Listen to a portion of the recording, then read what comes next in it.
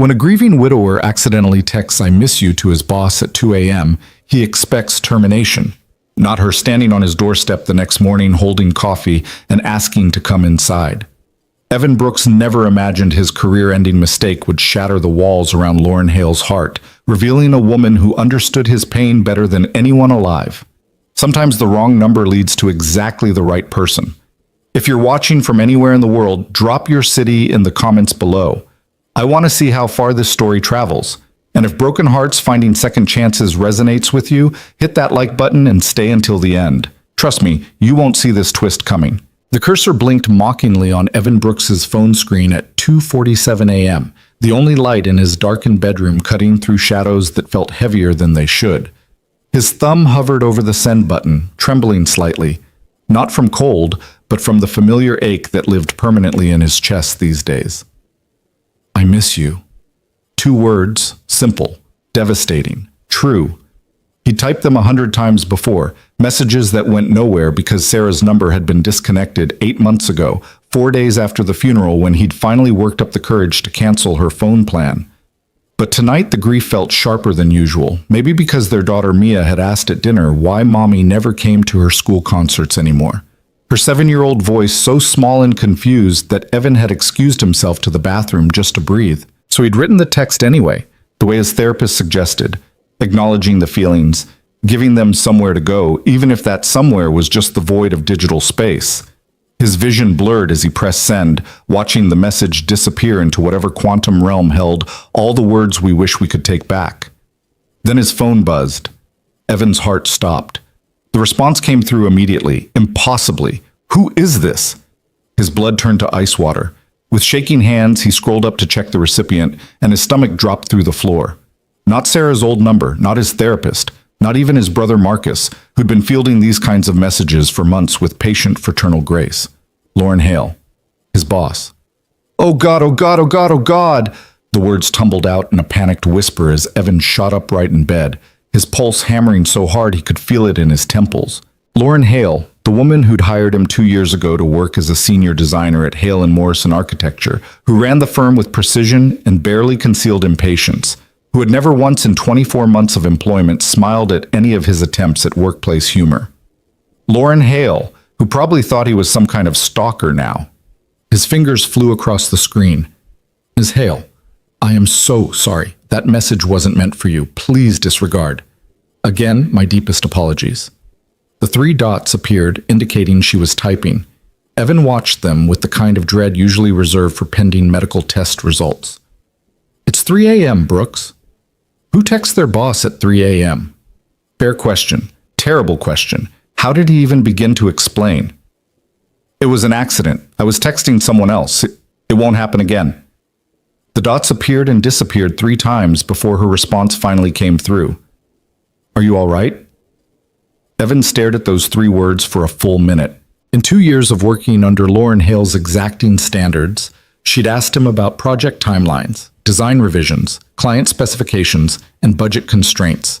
She had never, not once, asked if he was all right. I'm fine.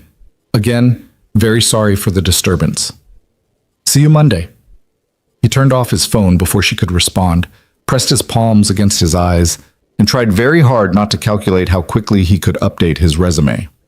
The weekend passed in a haze of anxiety and forced normalcy. Saturday morning meant pancakes with Mia, though Evan burned the first batch because he kept checking his silent phone. Mia didn't notice. She was too busy arranging her stuffed animals in order of size, a new organizational phase that Sarah would have found hilarious. Daddy, why does Mr. Whiskers have to be in the back? Mia asked, holding up her favorite teddy bear with serious concern. He's the oldest. Shouldn't he be in front? Evan flipped another pancake, grateful for the distraction. You're the boss of teddy bear order, sweetheart. Whatever makes sense to you. But what if the other animals get mad? Then you mediate. Use your conflict resolution skills. Mia giggled, a sound that still caught him off guard with its capacity to make the world feel lighter. You're silly, Daddy. I'm terrified I just torpedoed our financial security with one stupid text, he didn't say. Instead, he served the pancakes and listened to her explain the complex social hierarchy of her stuffed animal kingdom, letting her 7-year-old logic wash over him like a balm. By Sunday evening, Evan had almost convinced himself the incident would blow over. Lauren Hale was nothing if not professional. She'd probably already forgotten about it, written it off as a weird blip in an otherwise normal weekend. Monday morning, he'd walk into the office, keep his head down, deliver exceptional work, and never speak of it again. He was loading the dishwasher when the doorbell rang. "I'll get it!" Mia shrieked, already racing toward the front door with the reckless speed of childhood. "Wait!" Evan called, wiping his hands on a dish towel. They weren't expecting anyone. His brother was 3 states away, and Mrs. Chen from next door always knocked in a specific pattern. He reached the entryway just as Mia pulled the door open, and every carefully constructed plan for Monday morning shattered like dropped glass. Lauren Hale stood on his porch, but not the Lauren Hale he knew, not the woman in razor-sharp blazers and heels that clicked against the office floors like a countdown timer. This version wore jeans, actual blue jeans, slightly faded at the knees, a soft gray sweater. Her dark hair, usually pulled back in a severe bun, fell loose around her shoulders. She held 2 coffee cups from the place downtown that Evan had mentioned once, months ago, in a conversation he didn't think she'd been listening to. "Ms. Hale," Evan managed, his voice coming out strangled. "Brooks." She offered a small, uncertain smile, an expression he'd never seen on her face before. "I'm sorry to show up unannounced. I tried calling, but it went straight to voicemail." Because he'd turned his phone off. Because he was a coward. "Is that my teacher?" Mia asked, peering around Evan's legs with open curiosity. "No, sweetheart, this is Ms. Hale.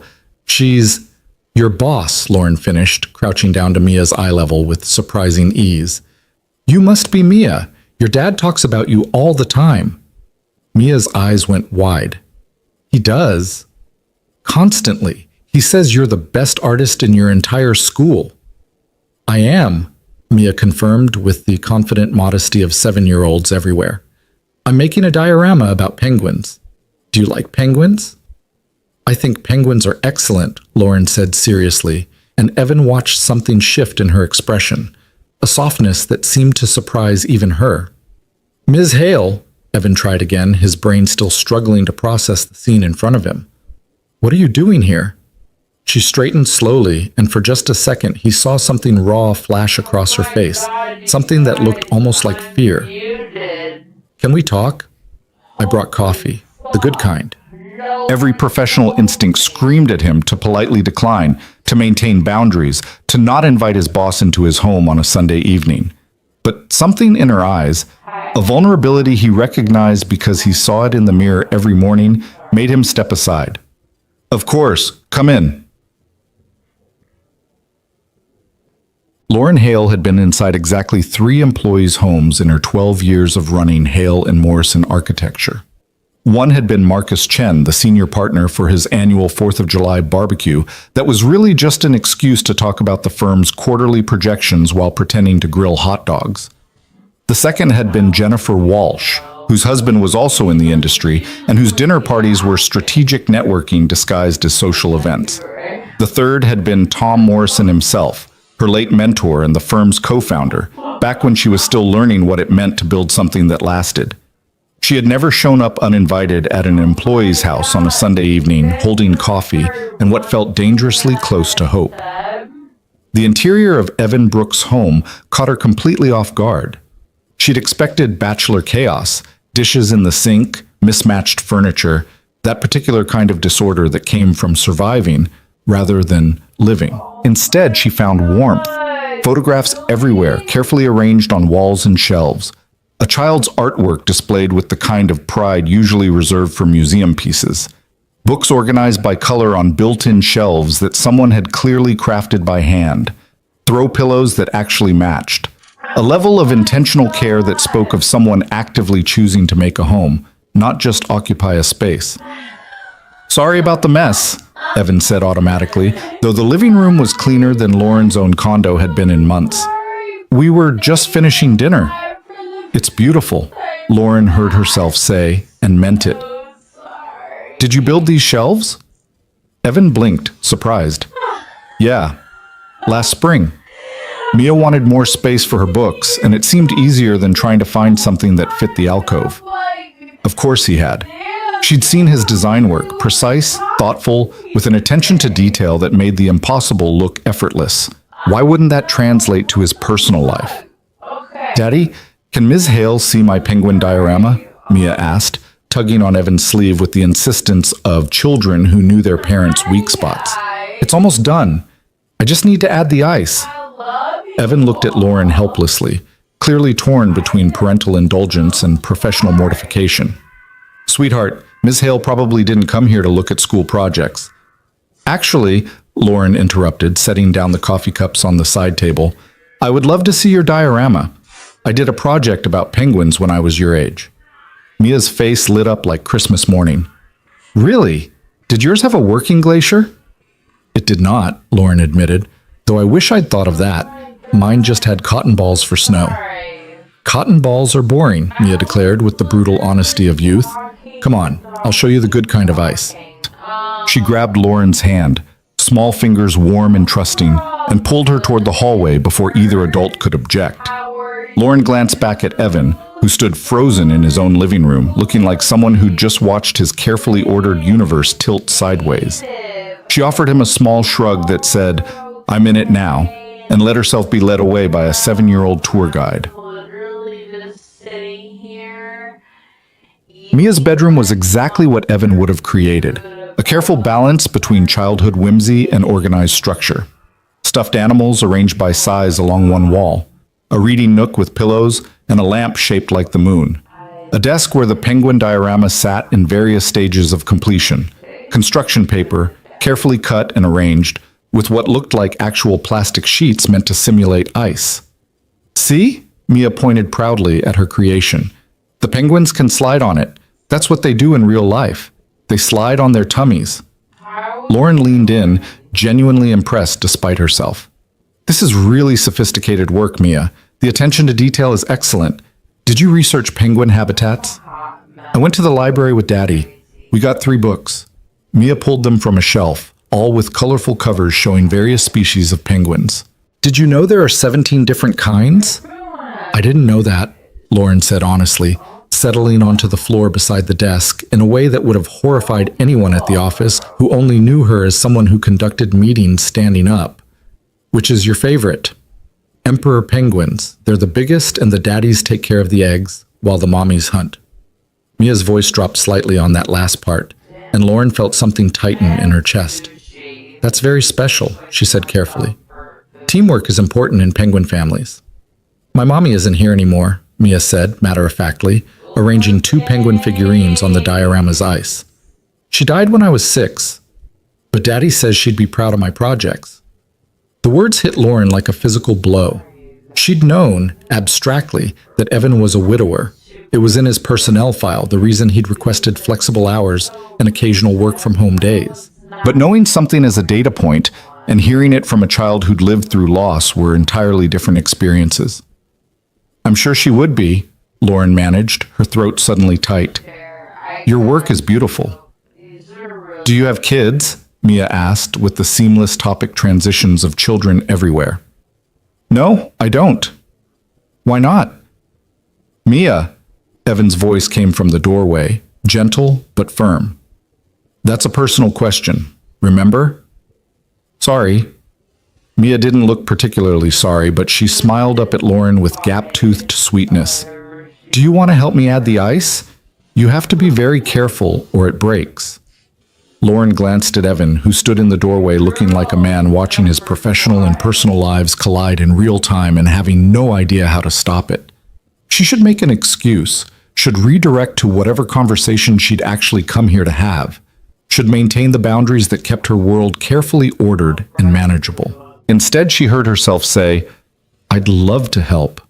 And 20 minutes later, Evan found himself watching his boss, his actual boss, the woman who'd once sent back a design revision with 14 separate notes and the comment, acceptable but not exceptional, kneeling on his daughter's bedroom floor, carefully applying strips of clear plastic to a shoebox diorama while Mia provided running commentary on proper Antarctic ice formation. It has to be smooth but not too smooth, Mia explained with the authority of a 7-year-old expert, because penguins need to be able to grip it with their feet when they're not sliding. That makes sense, Lauren said seriously, adjusting the placement with the same precision she probably brought to multi-million-dollar architectural projects. Like this? Perfect. You're really good at this, Ms. Hale. Thank you. I had a good teacher. Evan leaned against the doorframe, coffee growing cold in his hands, trying to reconcile the scene in front of him with everything he thought he knew about Lauren Hale. This woman wasn't supposed to exist, the version who laughed at a child's joke about penguin bathroom habits, who didn't flinch when Mia accidentally knocked over a jar of glitter, who seemed genuinely interested in the complex social structures of Antarctic bird colonies. Daddy, look! Mia held up the completed section. Ms. Hale fixed the part I couldn't get right. I see that, sweetheart. It looks amazing. We make a good team, Mia declared, high-fiving Lauren with sticky, glitter-covered hands that left sparkles on her boss's palm. Lauren looked down at the glitter like she'd just discovered a new species of substance, then up at Evan with an expression he couldn't quite read. Surprised, maybe. Or bemused. Possibly both. All right, project manager, Evan said gently. It's almost bedtime, time to clean up. But we just got to the fun part. The fun part will still be there tomorrow. Say goodnight to Ms. Hale. Mia pouted but complied, wrapping her arms around Lauren's neck in an impulsive hug that clearly caught both adults off guard. Thanks for helping with my project. You can come back any time. Lauren's arms came up slowly, carefully, returning the embrace with a tenderness that made Evan's chest ache. Thank you for letting me help. Your penguin diorama is going to be the best in your class. I know, Mia said with cheerful confidence, then bounded toward her bathroom to brush her teeth, leaving Evan and Lauren in a suddenly quiet bedroom scattered with construction paper and glitter. They stood there for a long moment, the silence stretching between them like new territory neither knew how to navigate. Lauren brushed ineffectually at the glitter on her hands, spreading it rather than removing it. Evan noticed she was still kneeling on the floor and felt a surge of awkwardness at the informality of it all. She's wonderful, Lauren said finally, pushing herself to standing with less grace than she'd probably intended. You've done an incredible job with her.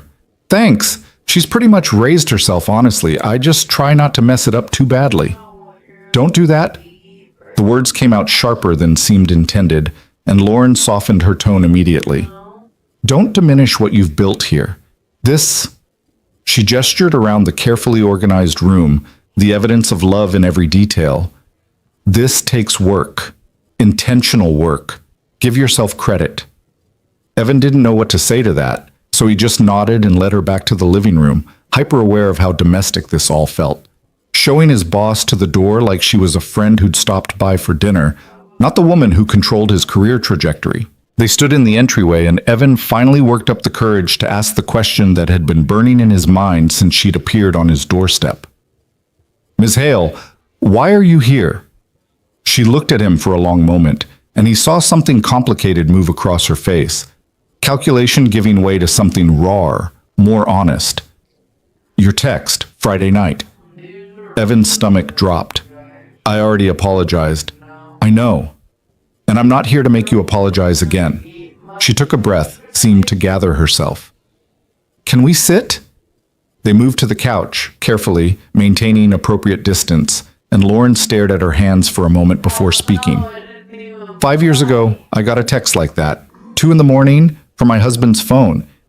Except, he'd been dead for 3 hours. The air left Evan's lungs. His Apple Watch, Lauren continued, her voice steady but distant, like she was reciting someone else's story. It was still on his wrist when they brought him into the ER. Heart attack at 43. No warning, no previous symptoms. 1 minute he was working late at the office, the next he was gone. And his watch, synced to his phone, sent out this automatic message to his emergency contacts.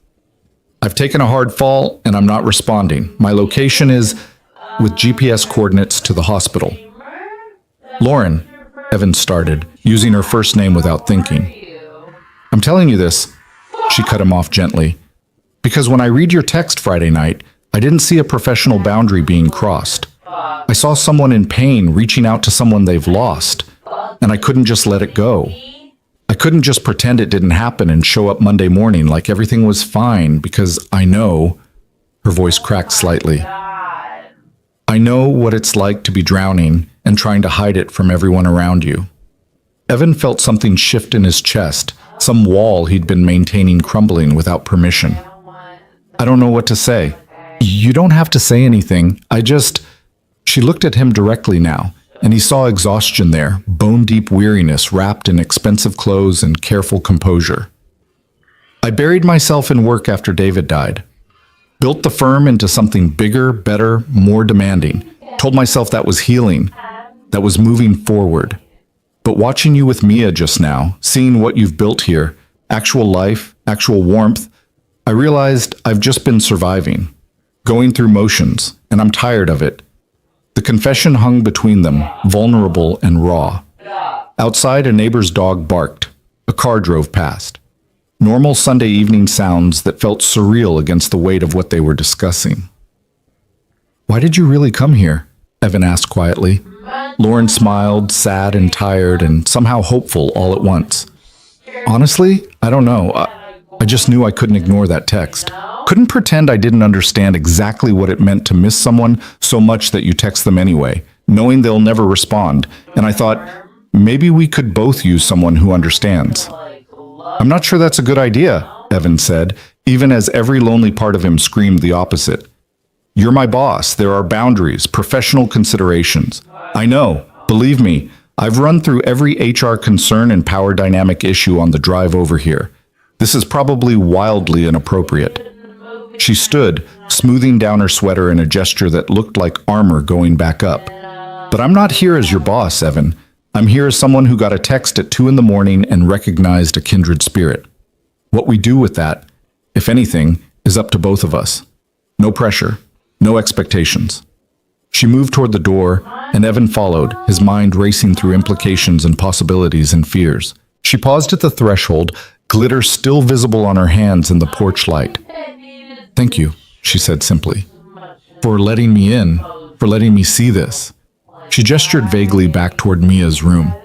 It helped, more than you probably realize. Lauren, Evan said, and the name felt strange and right on his tongue. Would you want to come back? Next weekend, maybe? Mia's got a birthday party on Saturday, but Sunday we're usually pretty low-key, just talking, as people who understand. The smile that broke across her face was small but genuine, transforming her features into something younger, lighter. I'd like that very much. She was halfway down the porch steps when he called after her. Lauren, those coffees you brought, they're probably cold now. She turned back, eyebrow raised. Are you suggesting I stayed too long? I'm suggesting maybe next time bring them in a thermos. Her laugh, real and unguarded, echoed across his quiet street. Noted. Good night, Evan. Good night. He watched her drive away, then stood on his porch for a long moment, breathing in the cool evening air and trying to process what had just happened. Inside, he could hear Mia singing to herself during her nightly routine, blissfully unaware that her father's carefully maintained walls had just developed some serious cracks. His phone buzzed. A text from Lauren. Thank you for tonight. And for what it's worth, that text wasn't sent to the wrong person, just to someone who needed to receive it. Evan stared at the message for a long time, then typed back. See you next Sunday. 3 dots appeared, then disappeared, then appeared again. Finally, looking forward to it. He went inside to tuck Mia into bed, and for the first time in 8 months, the ache in his chest felt like it might eventually, possibly, someday, become something other than just pain. Monday morning arrived with all its usual chaos. Mia couldn't find her left shoe, breakfast burned, traffic was worse than normal. But Evan walked into Hale & Morrison Architecture with something that felt dangerously close to lightness in his step. The office operated exactly as it always did. Lauren was already at her desk when he arrived, dressed in her usual armor of tailored precision. She glanced up as he passed her open door, gave him the smallest nod, professional, appropriate, completely unremarkable to anyone watching, and returned to her computer screen. But Evan had seen the slight quirk at the corner of her mouth, had caught the way her eyes held his for just a fraction longer than necessary.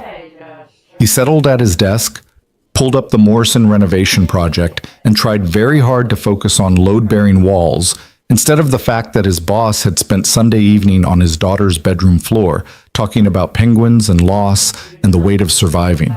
Brooks! Well, James Chen, one of the junior architects, appeared at his cubicle with his usual Monday morning energy.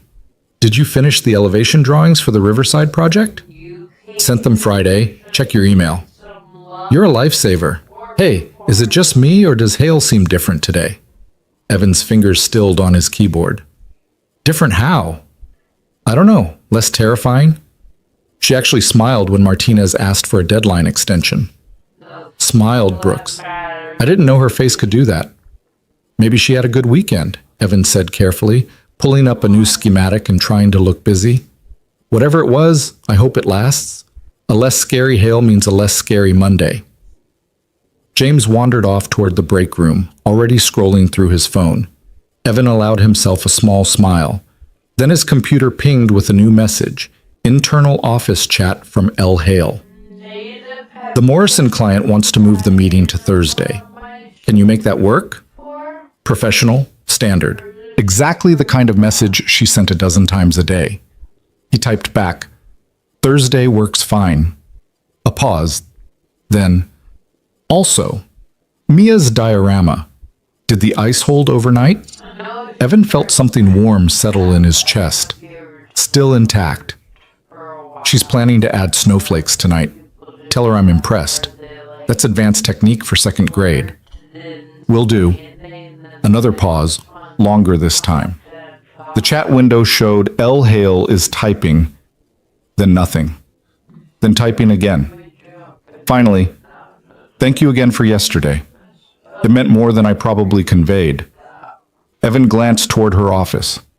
Through the glass walls, he could see her at her desk, staring at her computer with an expression that looked almost nervous, an emotion he'd never associated with Lauren Hale before. He typed, Same. See you Sunday? I'll bring better coffee. Deal. He returned to his work, and for the first time since Sarah died, Monday morning felt like something other than just endurance. Felt like maybe, possibly, the beginning of something he didn't yet have words for. By Wednesday, the office had noticed something was different. Nothing dramatic. Lauren still ran meetings with her usual precision, still sent back design revisions with exacting standards, still maintained the professional distance that made Hale and Morrison one of the most respected firms in the city. But there were small shifts. A patience in her critiques that hadn't existed before. A willingness to listen to alternative approaches.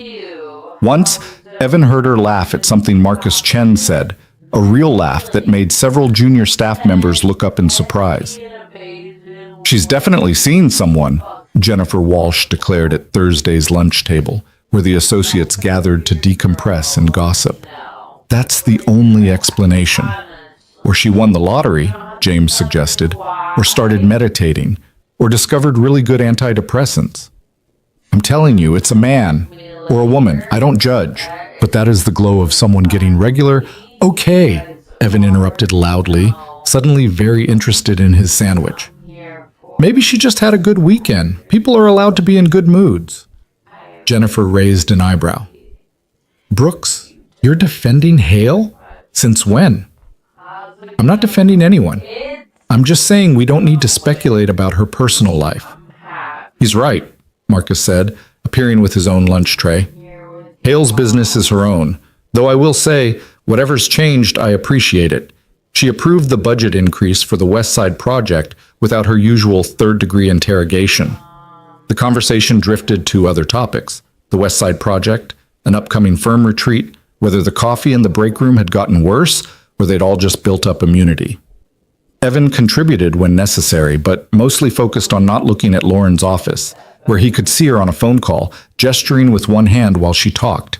His phone buzzed. A text from Lauren. Lunch meeting ran late. Can we push our Morrison discussion to 3? He typed back, no problem. 3 works. Then, because he was apparently feeling bold, Jennifer Walsh thinks you're seeing someone. The response came immediately. Jennifer Walsh needs a hobby. Want me to tell her that? Please don't. I have to work with these people. Fair point. See you at 3. Bring the updated elevations. And Brooks? Yes? This is fun. The secret. Having someone who knows.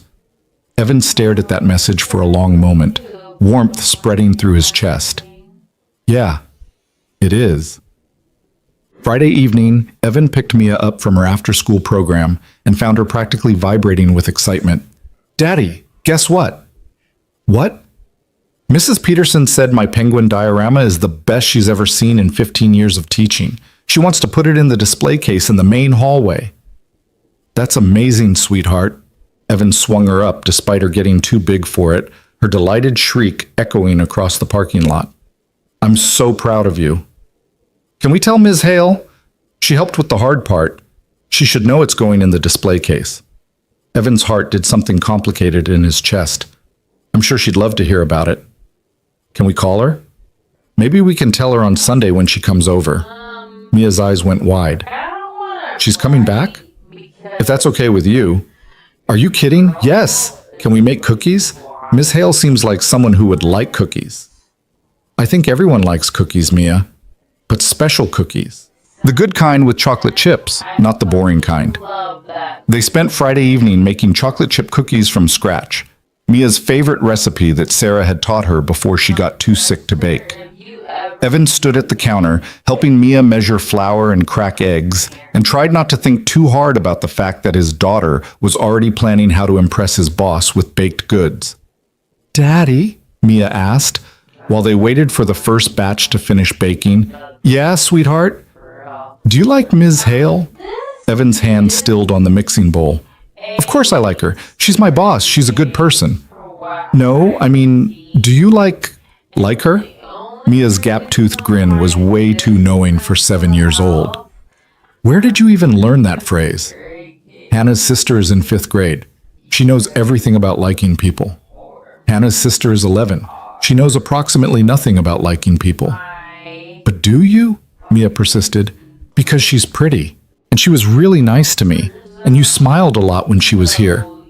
Evan crouched down to Mia's eye level, brushing a streak of flour off her cheek. Ms. Hale is a friend, someone who understands some hard stuff that Daddy has been dealing with. Is that okay? Mia considered this with the seriousness of a judge. Is she sad like you? The question hit him sideways. What do you mean, like me? You get sad sometimes. At night, when you think I'm asleep. I hear you walking around, and sometimes you look at pictures of Mommy and cry. Her small hand reached up to touch his face. Does Ms. Hale get sad like that too? Evan pulled his daughter into a hug, breathing in the smell of her shampoo and cookie dough and childhood innocence. Yeah, baby, she gets sad like that too. She lost someone she loved, just like we did. Then she should definitely come over more, Mia declared with the simple logic of children who hadn't yet learned that grief was complicated. Because you're always less sad when people come over. And I liked making the penguin ice with her. She's good at being careful. She is good at being careful, Evan agreed, standing and ruffling her hair. Now, let's check those cookies before they burn. They spent the rest of the evening in comfortable domesticity, cookies and milk, a board game that Mia won through what Evan suspected was strategic cheating, a bedtime story about brave penguins exploring Antarctica. Normal, easy, tinged with something that felt like anticipation. After Mia was asleep, Evan found himself standing in his own kitchen, staring at the container of fresh cookies, and wondering when his life had gotten so complicated. 2 weeks ago, everything was simple. Hard, but simple. He got up, got Mia to school, went to work, came home, survived until bedtime, repeated. The grief was constant but manageable, a weight he'd learned to carry without collapsing under it. Now Lauren Hale had walked through his door holding coffee and curiosity, and suddenly the simple trajectory felt less certain. He didn't know what was happening between them. Friendship, mutual understanding, something more complicated that neither of them was ready to name. He just knew that for the first time in 8 months, he was looking forward to Sunday. His phone buzzed. Lauren, how did Mia react to the diorama news? She's planning to put it in her college applications. It's good to have goals. She also made you cookies. She what? Chocolate chip. The good kind, apparently. There are boring kinds I wasn't previously aware of. I'm honored and slightly terrified. Is this a test? Should I be studying? Evan laughed out loud in his quiet kitchen. Just be prepared to discuss Antarctic ice formation and penguin sliding techniques. I've been researching all week. I'm ready. Of course you have. Brooks, I don't do anything halfway. You should know this by now. He did know this. It was why her architecture projects were flawless, why her firm had the best reputation in 3 states, why she'd built walls so high that even grief couldn't breach them. Until, apparently, now. See you Sunday, he typed. 2 p.m., I'll be there. With good coffee. Looking forward to it. He set down his phone and looked around his kitchen. At the cookie crumbs on the counter, at Mia's artwork on the fridge, at the life he'd built from the wreckage of losing Sarah. It wasn't perfect. It was held together with routine and determination and the terrifying love he had for his daughter. But it was real. It was honest. And maybe, just maybe, there was room in it for someone who understood that survival and living weren't always the same thing. Sunday couldn't come fast enough. Sunday arrived with the kind of perfect autumn weather that felt almost deliberate. Crisp air, brilliant sunshine, leaves turning colors that belonged in paintings rather than suburban neighborhoods. Mia had been up since dawn, reorganizing her stuffed animals 3 times and checking the cookie container every 15 minutes to make sure they were still perfect. Daddy, what if she doesn't like chocolate chips? Mia asked for the 4th time, standing in front of her closet with the intensity of someone selecting an outfit for a presidential inauguration. Everyone likes chocolate chips, sweetheart. We've been through this. But what if she's allergic? What if we kill her with cookies? Evan looked up from where he was wiping down kitchen counters that were already clean. If she was allergic to chocolate, she would have mentioned it, and we're not going to kill anyone with baked goods. Hannah's sister says you should always make a good impression on important people. Hannah's sister is 11 and has never had a job interview in her life. Mia emerged from her closet wearing her favorite dress, the blue one with sunflowers that Sarah had bought her last spring. She'd been saving it for special occasions, and apparently Lauren's second visit qualified. How do I look? Beautiful. But you know Ms. Hale is just coming over to hang out, right? It's not a fancy party. I know, but Hannah's sister also says that presentation matters. Evan was going to have words with Hannah's sister. Come here. He knelt down, straightening the collar of Mia's dress, even though it didn't need straightening. Ms. Hale already thinks you're wonderful. You don't have to impress her. But what if she stops coming over? What if she decides we're boring? The vulnerability in his daughter's voice caught Evan off guard. Hey, look at me. He waited until her brown eyes, Sarah's eyes, met his. Nobody could ever find you boring, and Ms. Hale isn't going anywhere. She's coming over because she wants to, not because she has to, okay? Okay. Mia threw her arms around his neck and Evan held her, breathing in the scent of her strawberry shampoo and wondering when his 7-year-old had started worrying about whether people would stay. The doorbell rang at exactly 2 o'clock, because of course Lauren Hale was the kind of person who arrived on time even for casual Sunday visits. Mia raced to answer it, nearly tripping over her own feet in her excitement. Lauren stood on the porch wearing jeans again, different ones this time, darker, and a soft burgundy sweater that made her look approachable in a way her work clothes never did. She held a thermos in one hand and what looked like a bakery box in the other, her hair pulled back in a casual ponytail that Evan had never seen her wear before. Hi, Ms. Hale! Mia practically vibrated with enthusiasm. Do you like my dress? And we made you cookies! And guess what? My penguin diorama is going in the display case. Lauren's face broke into a genuine smile, the kind that reached her eyes and erased years from her features. Your dress is lovely. I'm very excited about cookies, and congratulations on the display case. That's a huge honor. Mrs. Peterson said it's the best diorama she's seen in 15 years. 15. That's older than me.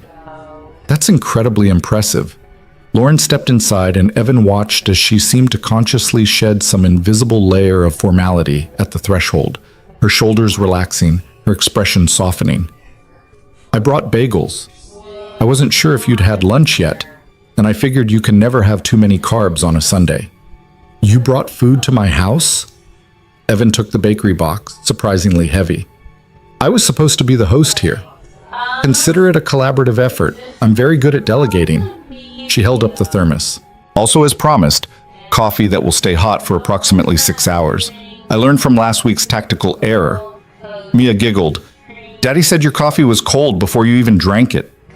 Your father was correct. which is why I invested in superior technology. Lauren set the thermos on the kitchen counter, looking around with the same careful attention she'd shown last week. Something smells amazing.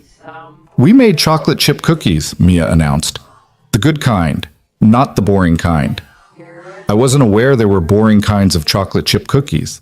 That's what Daddy said, but Hannah's sister says some people use milk chocolate instead of semi-sweet, and that's basically a crime. Lauren's eyebrows rose. Hannah's sister sounds like someone with very strong opinions. She's in 5th grade, she knows everything. The confidence of an 11-year-old is truly unmatched, Lauren said solemnly, catching Evan's eye with a look of shared amusement that felt dangerously intimate. They settled into an easy rhythm, bagels and coffee at the kitchen table, while Mia provided running commentary on everything from her week at school to the complex social dynamics of 2nd grade recess. Lauren listened with what seemed like genuine interest, asking follow-up questions and offering observations that made Mia light up with the joy of being taken seriously by an adult.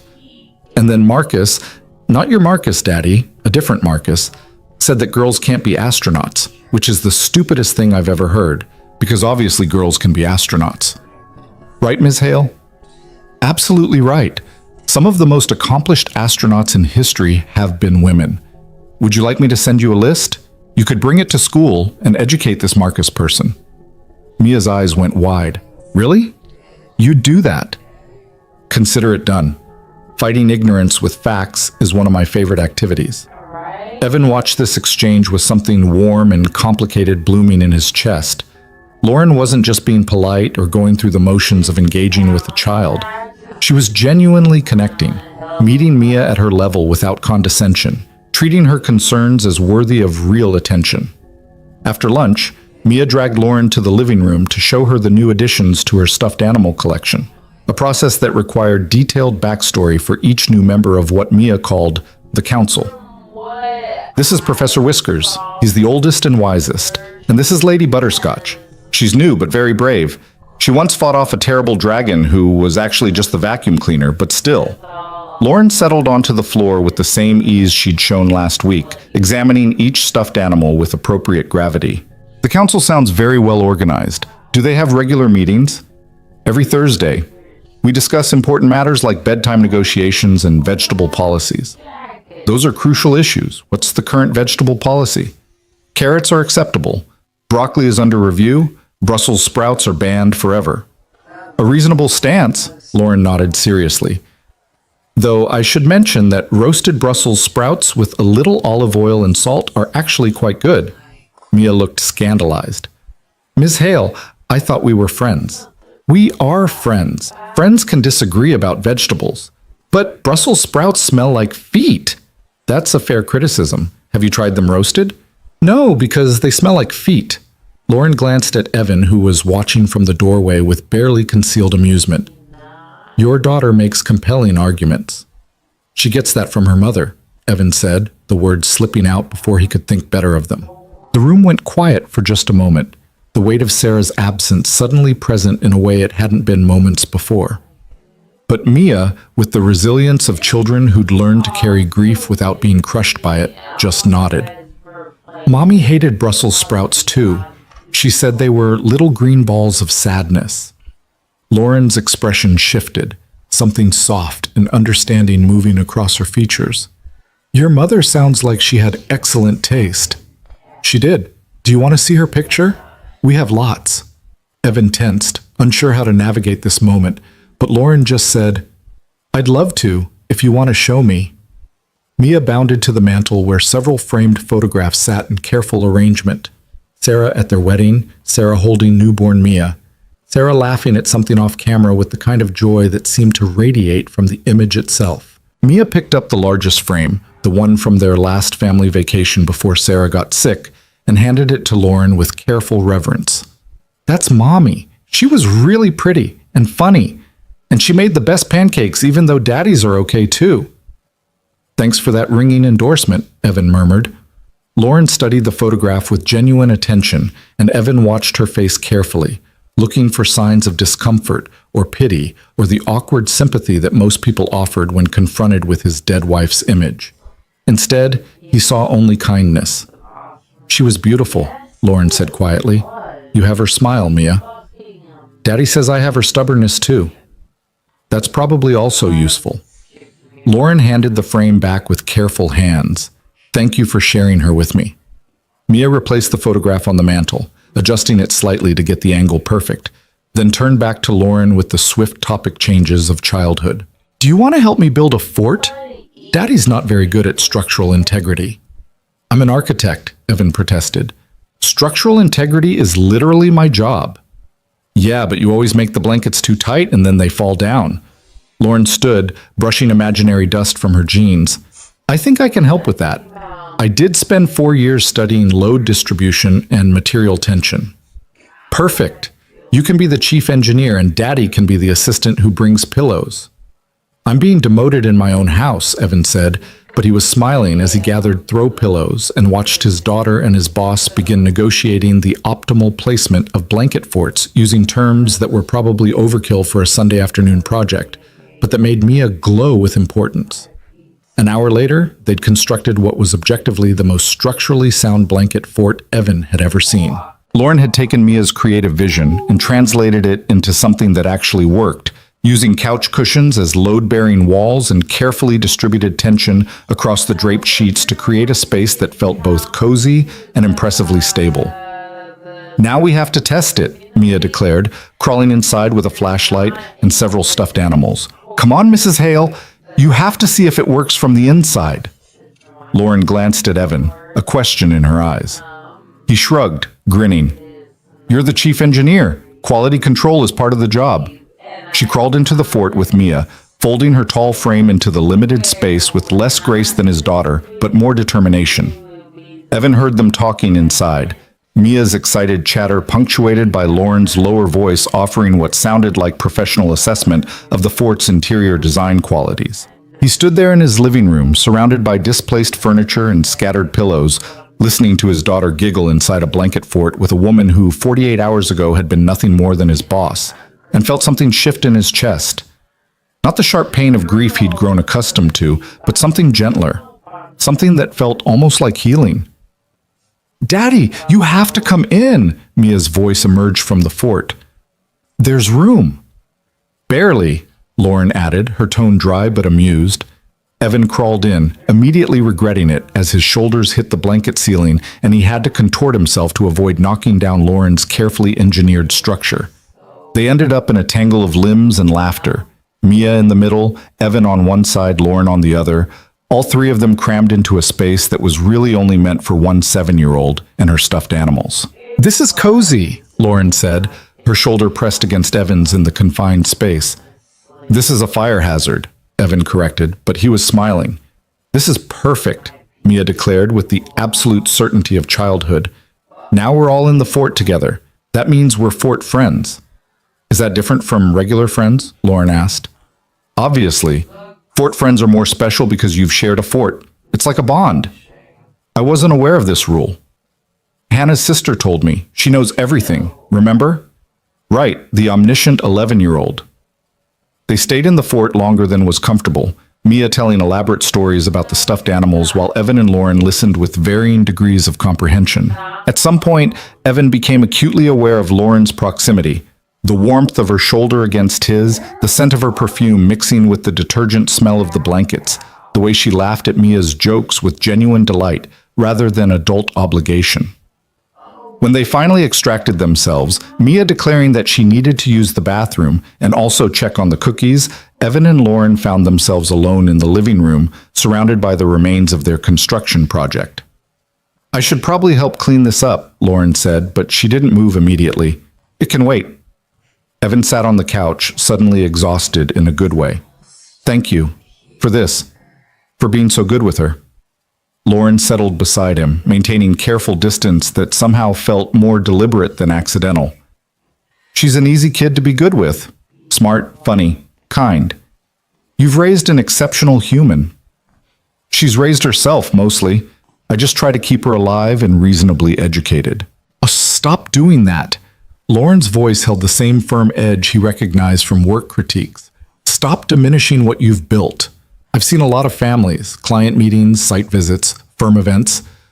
I know what good parenting looks like. This, she gestured around the room, encompassing the photographs and the fort and the general warmth of the space, is good parenting. Evan looked at her, really looked at her, without the filter of professional hierarchy or careful boundaries. She looked tired, he realized. Not physically tired, but soul tired, the kind of exhaustion that came from carrying weight alone for too long. "Can I ask you something?" he said quietly. "Of course." "Why are you really here? And don't say it's just about understanding grief or recognizing a kindred spirit. There's something else." Lauren was quiet for a long moment, her gaze fixed on the blanket fort. When she spoke, her voice was softer than he'd ever heard it. "I've spent 5 years being fine, being professional, being the boss, the leader, the person who has everything under control. And I thought I was doing okay. I thought that was enough. But then I got your text, and I saw myself in it, this desperate reaching out to someone who can't answer back. And I realized I haven't been okay. I've just been pretending really, really well." She turned to face him, and Evan saw vulnerability there that made his chest ache. "Coming here last week, seeing you with Mia, watching you build this life from grief, it reminded me that survival and living aren't the same thing. You're living, Evan. Despite everything, you're actually living, and I needed to remember what that looked like. I'm barely keeping it together most days," Evan admitted. "The living part is mostly just showing up and hoping I don't screw it up too badly. That's more than I've been doing. I show up to work, I go home, I exist in the space between. There's no joy in it, no connection. Just competence and efficiency and empty apartments." She laughed, but it sounded hollow. "Do you know what I did last Saturday night before I came here? I worked. On a weekend. On designs for a project that isn't due for 3 months, because I didn't know what else to do with myself. And now? Now I'm sitting in a blanket fort with a single dad and his daughter eating cookies, and it's the most alive I've felt in years." She met his eyes. "So, to answer your question, I'm here because you reminded me that there's more to life than just getting through it. And maybe if I'm around people who actually live instead of just exist, I might remember how to do it too." The honesty of it hit Evan like a wave. He wanted to say something profound, something that would match the weight of her confession. But before he could find the words, Mia reappeared with the cookie container. "Okay, now it's time for the cookie test. Ms. Hale has to try one and give it a rating out of 10. Hannah's sister says professional feedback is important." Lauren accepted a cookie with appropriate ceremony, taking a bite while Mia watched with the intensity of someone awaiting a jury verdict. "These are excellent, easily a 9.5. "Why not 10? Mia demanded. "Because I believe in always leaving room for improvement. But these are genuinely some of the best chocolate chip cookies I've ever had." "Better than store-bought?" "Infinitely better than store-bought." Mia beamed, then handed a cookie to Evan. "What's your rating, Daddy?" "Bias 10. Everything you make is perfect." "That doesn't count. You're my dad. You have to say that." She turned back to Lauren. "Do you want to take some home? We made a lot." "I would love that. Thank you." They spent the rest of the afternoon in easy companionship, cookies and coffee, a card game that Mia won through what Evan was now certain was deliberate cheating, conversation that flowed between serious and silly without jarring transitions. Lauren told stories about her own childhood, about growing up in Boston with 2 older brothers who taught her to defend herself and never back down from an argument. Mia shared elaborate plans for her future career as either an astronaut veterinarian or a professional penguin researcher, both of which Lauren treated as equally valid ambitions. As the light began to fade toward evening, Evan found himself not wanting the day to end. There was something comfortable about this. The 3 of them in his living room, no pretense or performance, just genuine connection. It felt dangerous and right in equal measure. "I should probably go," Lauren said reluctantly as the clock approached 6. "Early meeting tomorrow with the Morrison clients." "Do you have to?" Mia asked, then caught herself. "I mean, you can come back, right? Next Sunday?" Lauren looked at Evan, and he saw the question there. Permission, maybe, or hope. "If your dad says it's okay." "It's okay," Evan said, and meant it more than was probably wise. More than okay. "Then yes," Lauren told Mia. "I'll come back next Sunday. Maybe we can work on your astronaut training?" "Really?" You know about astronaut training? I know about structural engineering, which is relevant to spacecraft design. We can research the rest together. Mia hugged Lauren goodbye with the same enthusiastic affection she'd shown the previous week, and Evan walked Lauren to the door, acutely aware that he didn't want her to leave, but unsure how to say that without making it weird. "Thank you," Lauren said quietly, standing on the porch in the gathering dusk, "for letting me be part of this. Your life, your daughter, your Sunday. It means more than I can properly express." "You're welcome here anytime," Evan said. "Really. Not just Sundays. If you want company or conversation, or just somewhere that isn't an empty apartment, we're here." Something shifted in her expression, gratitude mixing with something more complex. "Be careful making offers like that, Brooks. I might actually take you up on them." "I'm counting on it." She smiled, small and genuine, then surprised him by reaching out and squeezing his hand, brief, warm, loaded with meaning he didn't quite know how to interpret. "See you at work tomorrow." "And Evan?" "Yeah? Thank you for not treating me like just your boss, for letting me be a person instead of a position." "You've never been just a boss to me." The words came out before he could think better of them, honest and raw and maybe too revealing. Lauren held his gaze for a long moment, and Evan saw something flicker there, awareness maybe, or the beginning of something neither of them was ready to name. Then she released his hand, stepped back, and the moment passed into something safer, more manageable. "Good night, Evan." "Good night, Lauren." He watched her drive away, then returned inside to find Mia already in her pajamas, surrounded by stuffed animals, in what appeared to be an emergency council meeting. "Is Mrs. Hale your girlfriend?" Mia asked without preamble. Evan nearly choked on air. "What? No, why would you think that?" "Because you smiled a lot today, and you touched her hand, and you looked at her the way Prince Charming looks at Cinderella in the movie." "I did not look at her like anything. She's my boss, and my friend. That's all." Mia gave him a look that was far too knowing for 7 years old. "Okay, Daddy, if you say so." "I do say so.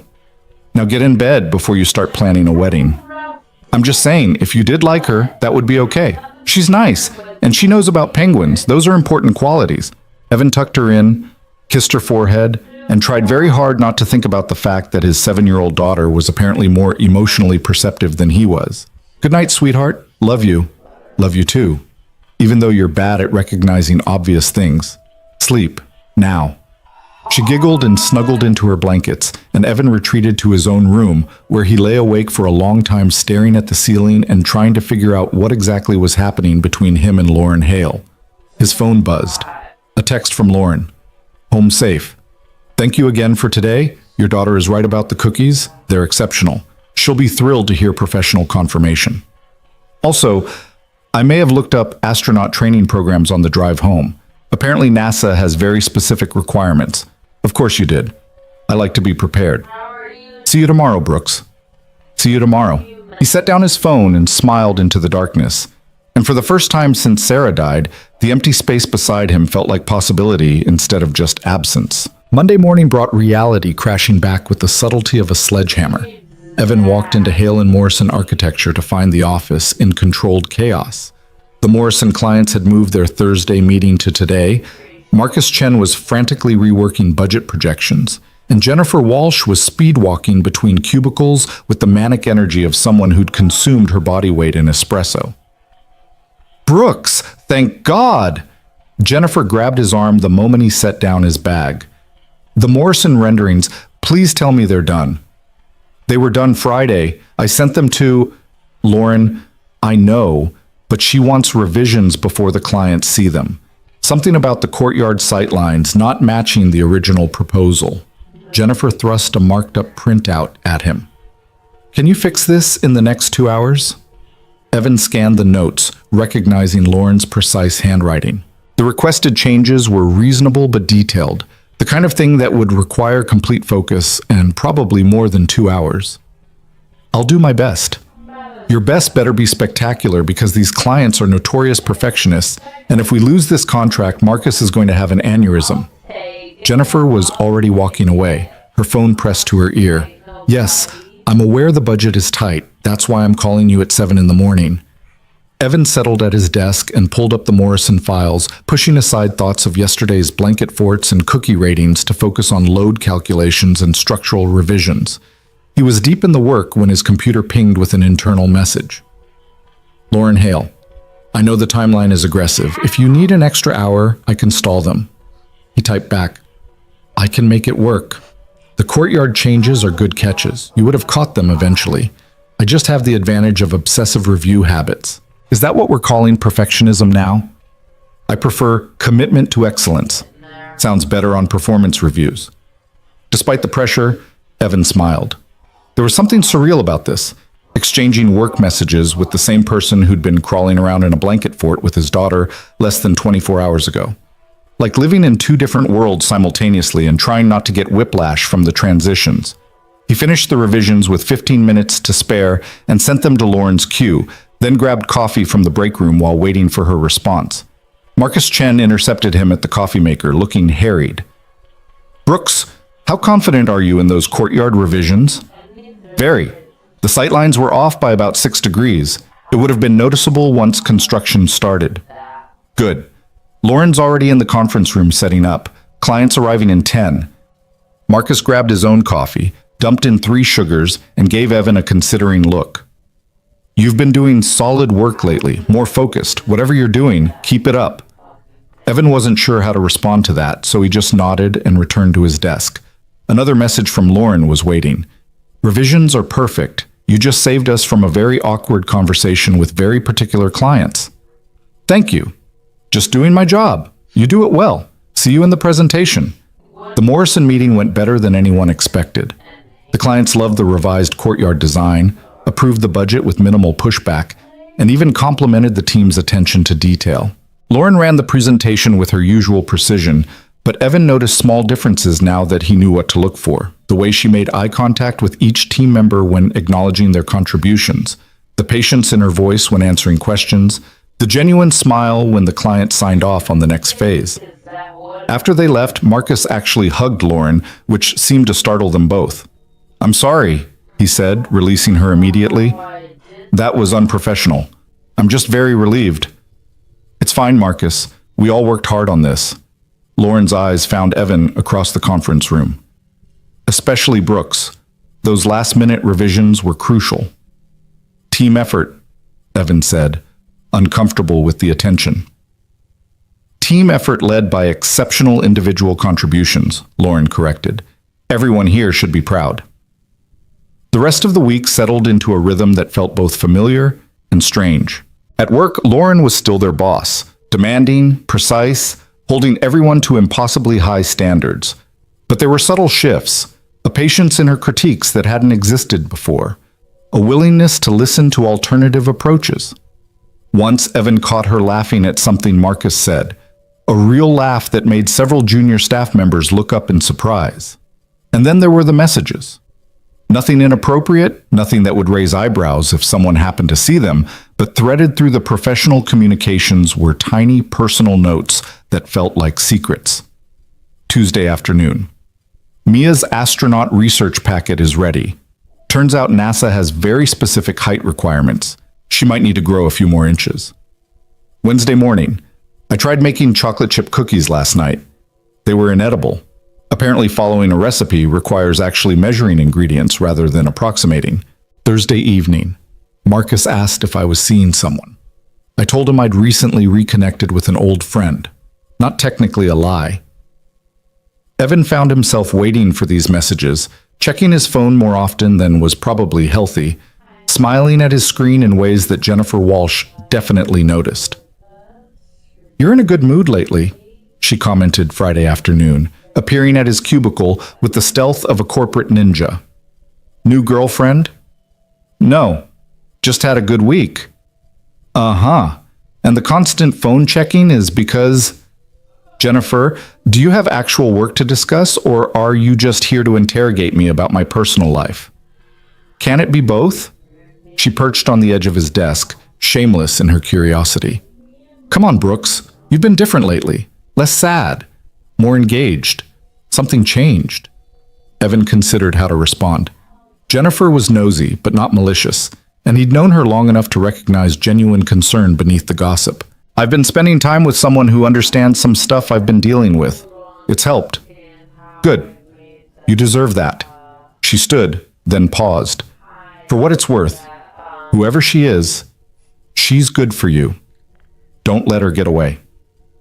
After Jennifer left, Evan stared at his computer screen without really seeing it. Was Lauren good for him? Probably. Was he good for her? Less clear.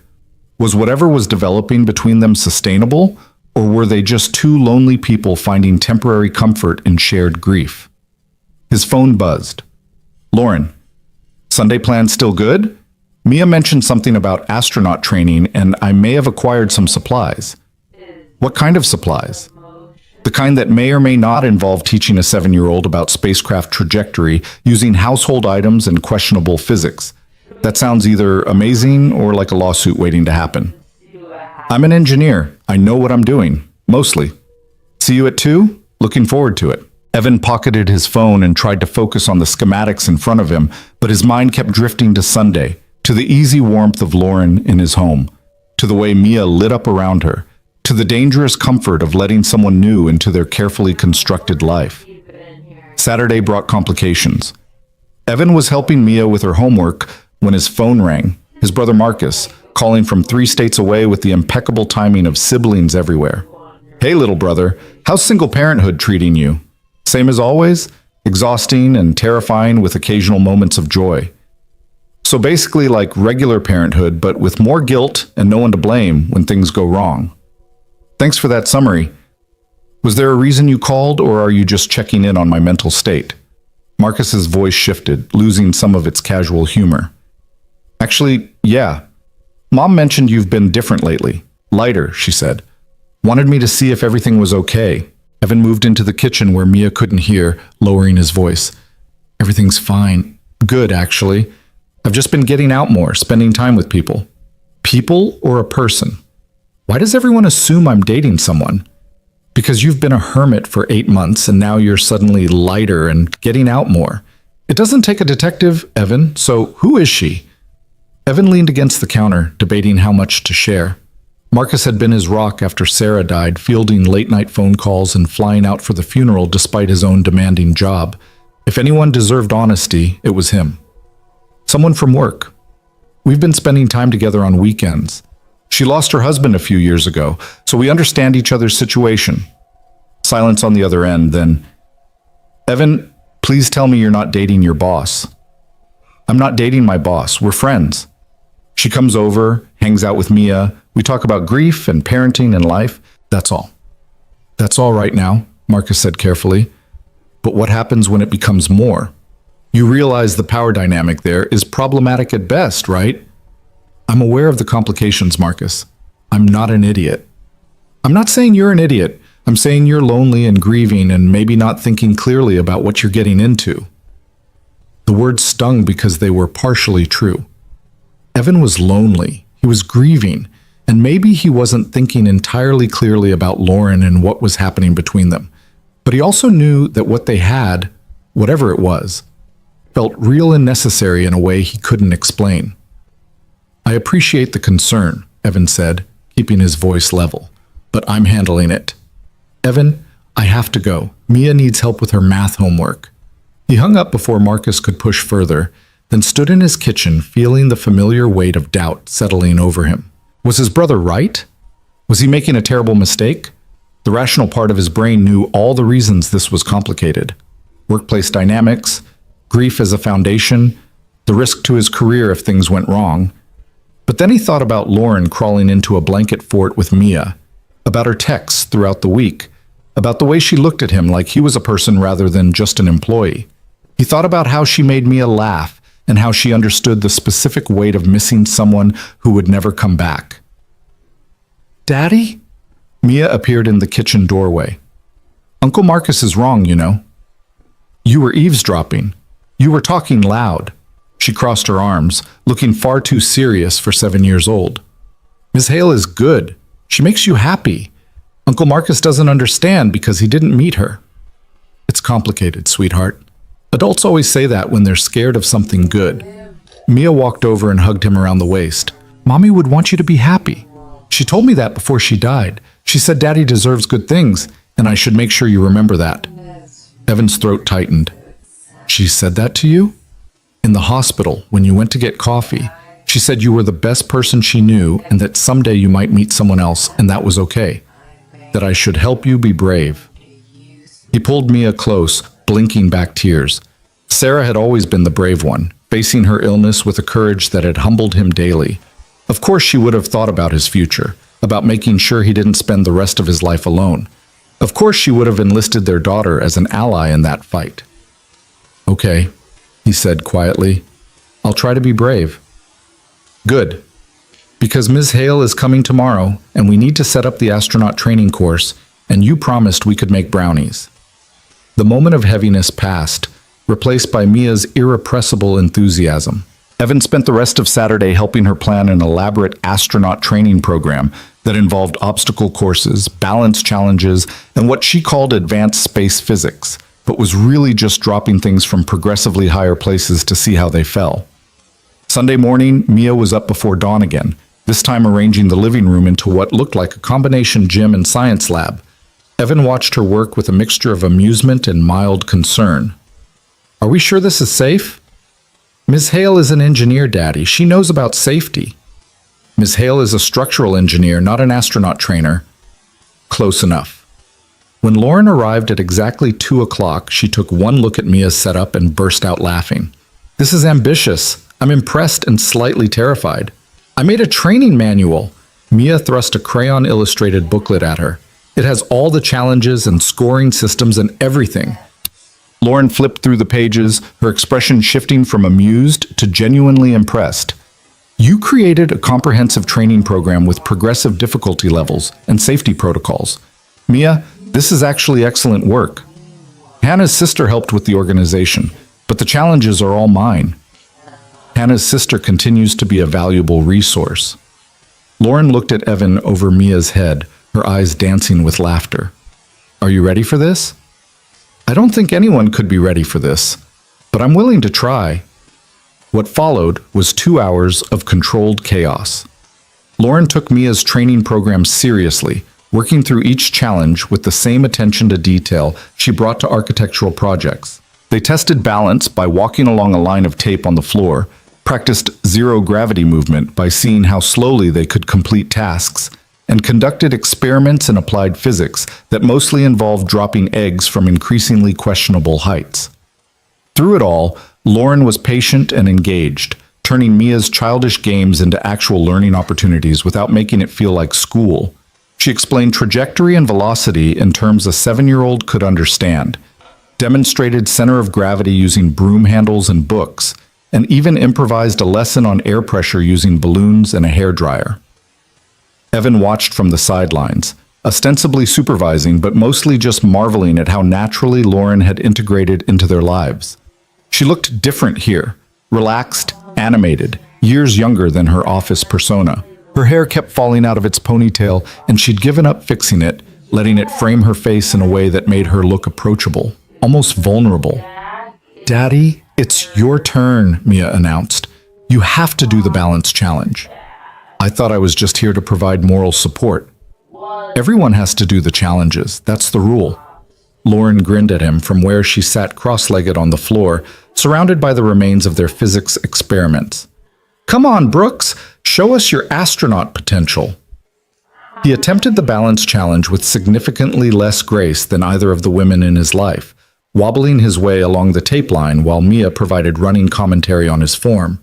Daddy, your arms are too stiff. Ms. Hale, tell him about center of gravity. Your daughter's right, Lauren said, standing up to demonstrate proper balance posture.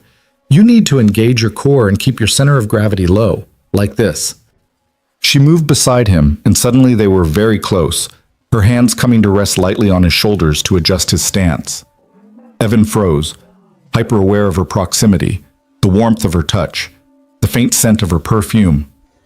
Better, she said quietly, and when he looked at her, he saw something in her eyes that had nothing to do with balance challenges or astronaut training, something that made his pulse quicken and his breath catch.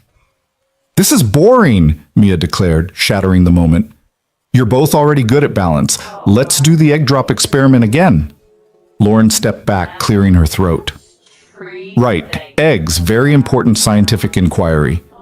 They moved on to the next challenge, but something had shifted. Evan caught Lauren watching him when she thought he wasn't looking. Their hands brushed, reaching for supplies, and neither pulled away immediately. When Mia ran to the bathroom, they stood in the sudden quiet of the living room, surrounded by the evidence of the afternoon's activities, and Evan finally said what had been building in his chest for weeks. "This is more than friendship, isn't it?" Lauren met his eyes, and he saw his own uncertainty reflected there, mixed with something that looked like hope. "I don't know. Maybe. Probably. I'm terrible at this, Evan. I haven't dated anyone since David died. Haven't even wanted to. And the fact that you're my employee makes this so complicated. I know. My brother called yesterday to tell me I was making a terrible mistake." "Are we? Making a terrible mistake?" "Honestly, I have no idea. All I know is that you make me feel like a person again, instead of just a father and an employee. You make Mia laugh. You crawl into blanket forts and conduct egg drop experiments and text me about failed cookie attempts. And I look forward to Sundays more than I've looked forward to anything in 8 months. I renovated my entire condo this week," Lauren said suddenly, "moved furniture, changed curtains, bought actual groceries instead of just eating takeout. Because being here with you and Mia reminded me that spaces are supposed to feel like homes, not just places to sleep between workdays. You've changed something in me, Evan. Woken something up that I thought died with David. So what do we do? I don't know. We could ignore it, maintain professional boundaries, keep things safely platonic. That would be the smart choice. Do you want to make the smart choice?" Lauren laughed, shaky and honest. "No, not even a little bit. But I also don't want to risk your career or make things awkward at work or mess up what you've built with Mia. Mia already thinks we're dating. She asked me last week if you were my girlfriend." "What did you tell her?" "That you were my friend. But she gave me this look like she knew I was lying to myself." "She's perceptive. She's 7. "I'm back," Mia announced, bounding into the room with her usual perfect timing. "Are we doing the final challenge, the one where we see who can hold their breath the longest?" "I'm not sure that's astronaut training," Evan said. "It's for when the spaceship loses air pressure. We have to be prepared for emergencies."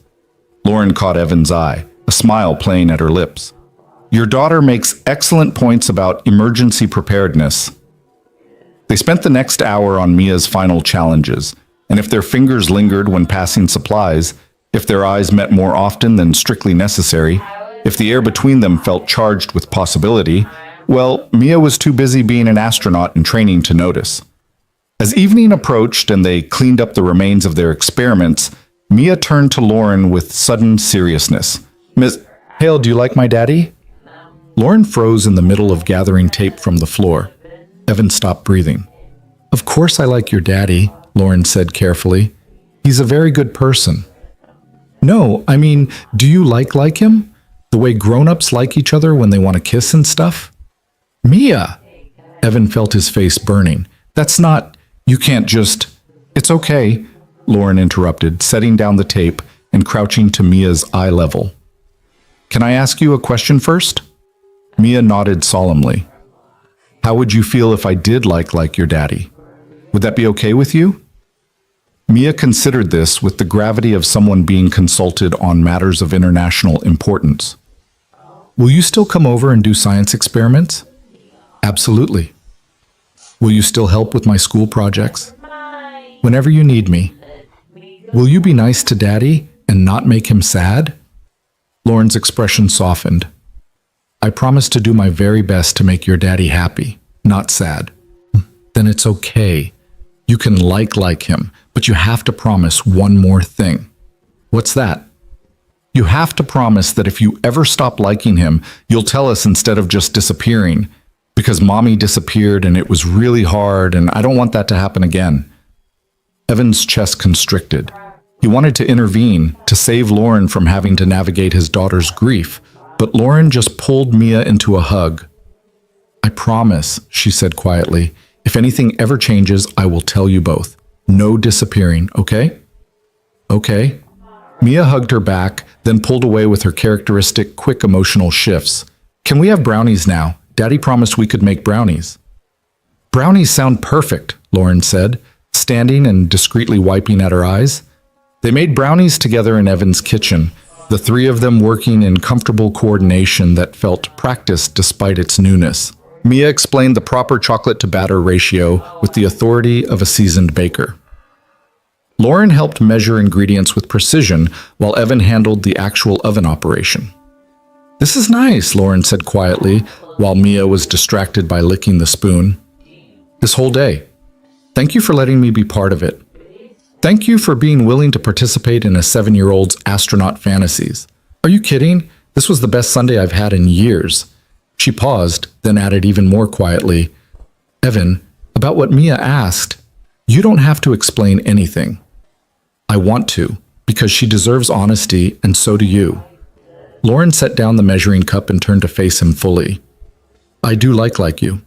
More than is probably wise given our professional relationship and the complexity of our situations. But I also don't want to rush into anything or make promises I can't keep. Can we just see where this goes, take it slow, figure things out as we go?" "I'd like that," Evan said.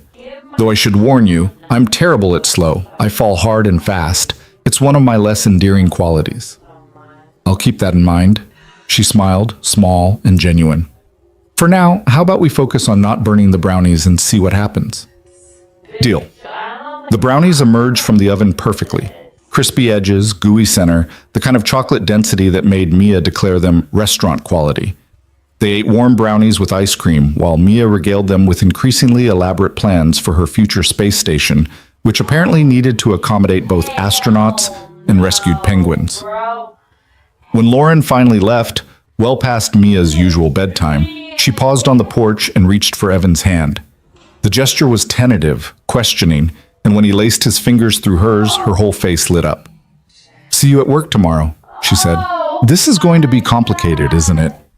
"Probably catastrophically so, but I'm finding I don't care as much as I should." "Me neither." She squeezed his hand once, then let go and walked to her car. Evan watched her drive away, then returned inside to find Mia already in her pajamas, grinning at him with insufferable smugness. "You like her too," she announced. "I can tell." "Yes, I do." "Good. Now we can be a family again. Not the same family as before, but a new kind. Hannah's sister says that's called a blended family." "We're not a family yet, sweetheart. Ms. Hale and I are just figuring things out." "But you will be. I can tell." She hugged him goodnight, completely confident in her predictions. Hannah's sister is never wrong about these things. Evan tucked her in, kissed her forehead, and retreated to his own room where he lay awake thinking about Lauren's hand in his, about Mia's casual acceptance, about the terrifying possibility that maybe, just maybe, they were building something real from the wreckage of their separate griefs. His phone buzzed. Lauren, home safe. Still thinking about egg trajectories and brownie recipes and 7-year-olds with excellent instincts. She's already planning the wedding. Hannah's sister's influence? Obviously. For what it's worth, I'm not opposed to the general concept. Eventually, when we figure out what we're doing. Evan stared at that message for a long time, his heart doing complicated things in his chest. Me neither. Good night, Lauren. Good night, Evan. Sweet dreams. He set down his phone and smiled into the darkness, and for the first time since Sarah died, the future felt like something to look forward to, rather than just survive. The following weeks unfolded with a careful balance that required more coordination than either Evan or Lauren had anticipated. At work, they maintained professional distance, polite, appropriate, nothing that would raise eyebrows among colleagues who were already too interested in their boss's improved mood. But away from the office, something deeper was taking root. Lauren started coming over on Wednesdays too, claiming she needed to escape her condo's oppressive silence midweek. She'd arrive with takeout or ingredients for dinner, rolling up her sleeves to help Mia with homework while Evan finished up work emails. The domesticity of it should have felt strange. His boss chopping vegetables in his kitchen, discussing multiplication tables with his daughter. But instead it felt inevitable, like pieces of a puzzle finally clicking into place. Carry the two. Lauren was saying one Wednesday evening, leaning over Mia's math worksheet with the same focused intensity she brought to multi-million-dollar projects. What does that give you? 47, Mia announced triumphantly. Exactly right. See? You're better at this than you think. Evan watched from the stove where he was attempting to not burn the stir-fry, marveling at how naturally Lauren had integrated into their routine. She knew where they kept the extra pencils now, knew that Mia needed encouragement rather than pressure, knew to check if Evan had remembered to take the chicken out of the freezer before starting dinner. Daddy forgot again, didn't he? Mia stage whispered to Lauren, looking at the still frozen chicken on the counter.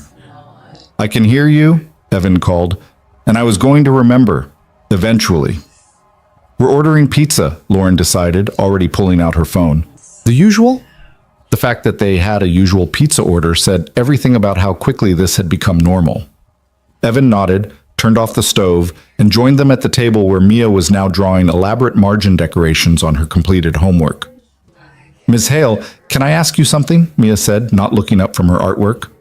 Of course. When you and your husband were married, did you know right away that you loved him? Or did it take a while? Lauren's hand stilled on her phone. Evan tensed, ready to intervene, but Lauren's voice when she spoke was steady and thoughtful. It took a little while. We met at a construction site. I was a junior architect. He was the site manager. I thought he was too confident, and he thought I was too bossy. But we kept working together, and eventually we realized that what we thought was annoying was actually what we needed. He kept me grounded, and I kept him ambitious. So you didn't like him at first? Not at first, no. Sometimes the best relationships start as something else and grow into love.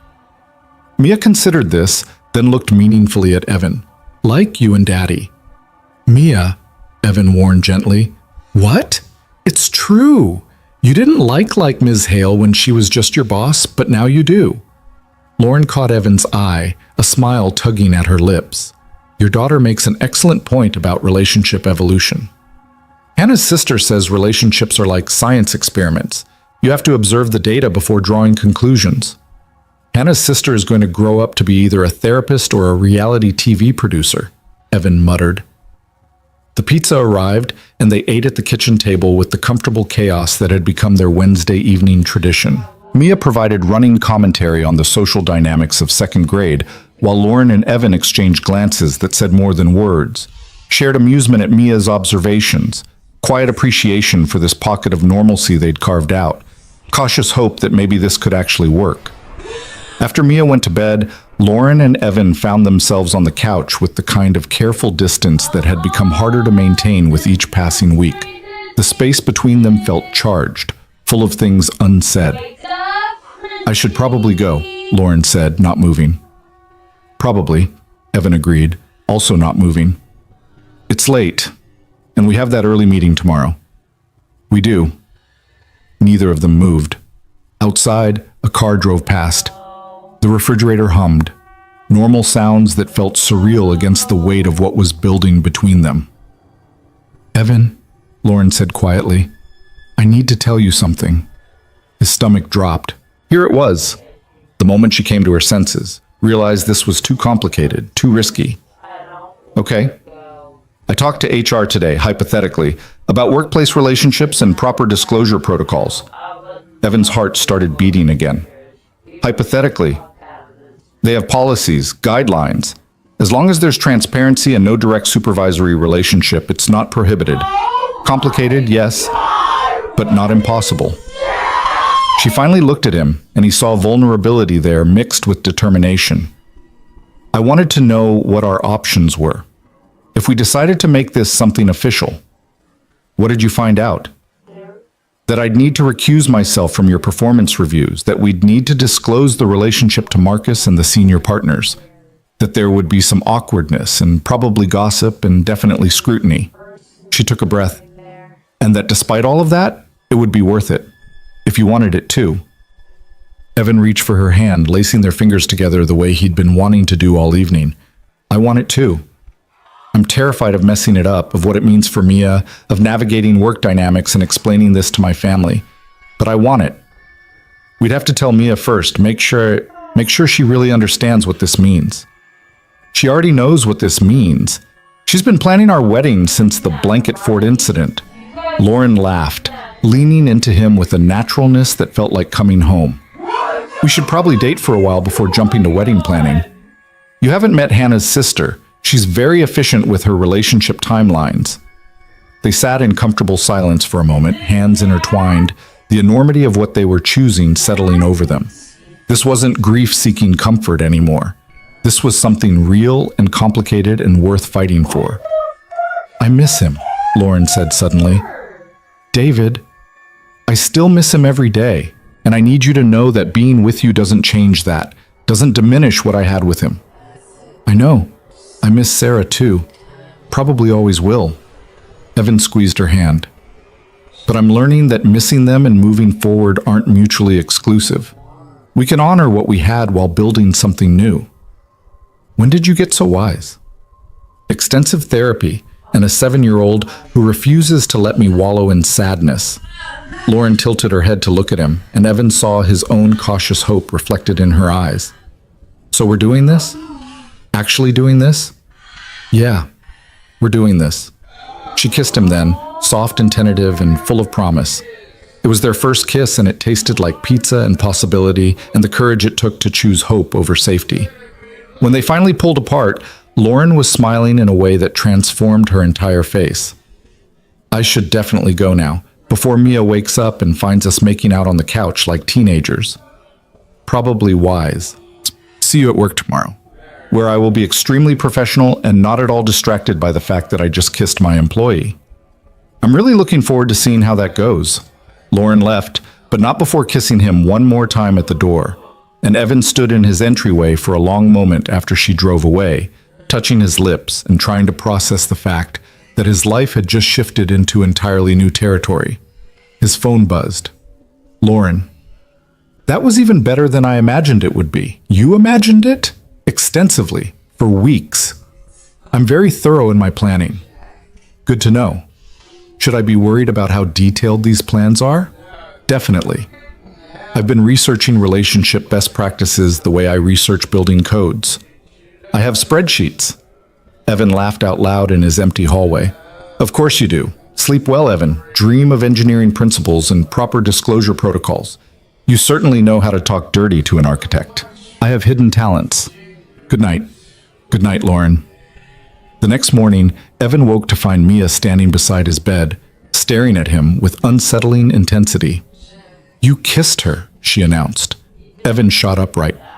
Were you spying? I got up for water and you were on the couch doing gross grown-up stuff. It wasn't gross, it was... Wait, how long were you watching? Long enough to know you're officially boyfriend-girlfriend now. Hannah's sister is going to be so excited when I tell her. Mia, you can't tell Hannah's sister, or anyone, not yet. Ms. Hale and I need to figure some things out first. Mia climbed onto the bed, settling beside him with the seriousness of someone about to deliver important news. Daddy, I need to tell you something. Okay? I'm happy you found Ms. Hale. I really am. She's nice and smart and she knows about penguins, but I'm also a little scared. Evan's chest tightened. Scared of what, sweetheart? What if she leaves? What if she decides she doesn't want to be part of our family, and then we're sad again? I don't want to be sad again, Daddy. He pulled her close, breathing in the scent of her strawberry shampoo. I can't promise that won't happen. Life doesn't come with guarantees, but I can promise that Ms. Hale cares about us. Both of us. And she's not going to disappear without telling us. Remember what she promised you? That she'd tell us if anything changed. No disappearing. Exactly. And Ms. Hale keeps her promises. It's one of the things I like most about her. Mia was quiet for a moment, processing. Are you going to marry her? Whoa. Let's take this one step at a time. We're just starting to date. Marriage is way down the road. But someday maybe. Someday maybe. If everything works out and we all decide that's what we want, including you, you get a vote in this, Mia. You're part of this family, and your feelings matter. I vote yes, but only if she promises to keep doing science experiments with me. I think we can negotiate that into the terms. They spent the morning in their usual Saturday routine. Pancakes that Evan only slightly burned, A trip to the library where Mia checked out 7 books about space exploration, grocery shopping where they ran into Mrs. Chen from next door who commented that Evan seemed lighter lately. Everyone was apparently monitoring his emotional state with the dedication of concerned scientists. That evening, Lauren came over for what they were now calling the official conversation with Mia. She arrived looking nervous, actually nervous, which Evan had never seen before, clutching a bakery box like a shield. "I brought cupcakes," she announced. "I figured important conversations are better with cupcakes." "Smart thinking," Evan said, letting her in. Mia's in the living room preparing her questions. Hannah's sister helped her make a list. Of course she did. Should I be worried? Probably. They found Mia sitting on the couch with a notebook covered in stickers, looking very official. "Ms. Hale, Daddy, please sit down. We need to have a family meeting." Lauren caught Evan's eye, clearly trying not to smile. They sat on the opposite couch, and Evan noticed Lauren's hands were shaking slightly. He reached over and took one, squeezing gently. "Okay, Mia," he said. "You have our attention." Mia consulted her notebook with the gravity of a judge. Question 1. Ms. Hale, are you dating my daddy? Yes, if that's okay with you. Question 2. Do you promise not to disappear if things get hard? I promise. I will always tell you the truth about how I'm feeling and what's happening. No disappearing. Question 3. Will you still come over and do science experiments and help with my homework? Absolutely. Dating your daddy doesn't change how much I enjoy spending time with you. Question 4. If you and Daddy get married someday, can I be in the wedding? Lauren smiled, some of the tension leaving her shoulders. If we get married someday, you would be the most important person in the wedding. But that's a very long way off. Right now, we're just going to date and spend time together and see how things go. Question 5. Do you love my daddy? The room went quiet. Evan felt his heart hammering against his ribs. It was too soon for that word, too much pressure, I'm getting there, Lauren said carefully. I care about your daddy very much, and about you. Love is something that grows over time, and I think what I'm feeling is heading in that direction. Does that make sense? Mia considered this, then nodded. That's what Hannah's sister said would happen. She said grown-ups take longer to figure out their feelings because they're scared of getting hurt again. Hannah's sister is very wise. I know, she's in 5th grade. Mia closed her notebook with finality. Okay, you can date my daddy, but if you hurt him, the Council of Stuffed Animals has agreed that we will be very disappointed in you. I will do my very best not to disappoint the council. Good. Can we have cupcakes now? They ate cupcakes in the living room, the formal atmosphere dissolving into something easier. Mia provided running commentary on her week at school, while Lauren and Evan exchanged looks that said they'd just survived some important hurdle together. After Mia went to bed, they stayed on the couch, closer this time, no longer maintaining careful distance. That went better than I expected, Lauren said, though I'm slightly terrified of the Stuffed Animal Council. They're very influential. Professor Whiskers doesn't make empty threats. Good to know. She leaned her head against his shoulder. Thank you for this, for letting me be part of your family, for being patient while I figure out how to do this again. Thank you for being willing to try, for crawling into blanket forts and conducting egg experiments and surviving interrogations by 7-year-olds with very thorough question lists. I happen to enjoy all of those things. They sat in comfortable silence, and Evan felt something settle in his chest, not the sharp pain of grief, but something softer. Hope, maybe. Or the beginning of healing. The understanding that loving someone new didn't erase who came before. It just made room for more love. The following Monday, Lauren called a meeting with Marcus Chen and the senior partners. Evan waited in his cubicle, trying to focus on design work while knowing his future at the firm was being discussed behind closed doors. Jennifer Walsh appeared at his desk looking like someone who'd just discovered classified information. Brooks, what did you do? What are you talking about? Hale called an emergency partner meeting. She never does that unless something major is happening. Did you get promoted? Fired? Are you secretly embezzling funds? I'm not embezzling anything. Then what's going on? Before Evan could respond, his computer pinged with a message from Marcus Chen. My office. Now. His stomach dropped. Jennifer watched him stand with the intensity of someone watching a car crash in slow motion. Brooks, if you're in trouble. I'm fine. Probably. I'll explain later. He walked to Marcus's office on unsteady legs, finding Lauren already there, sitting across from Marcus, who looked equal parts amused and exasperated. Brooks, sit down, Marcus said. Lauren has just informed me of some interesting developments. Evan sat, hyper-aware of Lauren beside him, professional and composed in her work clothes and careful posture. We're dating, Lauren said simply. Evan and I. We wanted to disclose it properly and discuss any necessary adjustments to reporting structures. Marcus looked at them both for a long moment, then started laughing. I knew it. Jennifer owes me $50. You were betting on us? Evan said weakly. The entire office has been betting on you two for 3 weeks. You're not as subtle as you think. Marcus's expression turned more serious. Look, I appreciate the disclosure. Here's what needs to happen.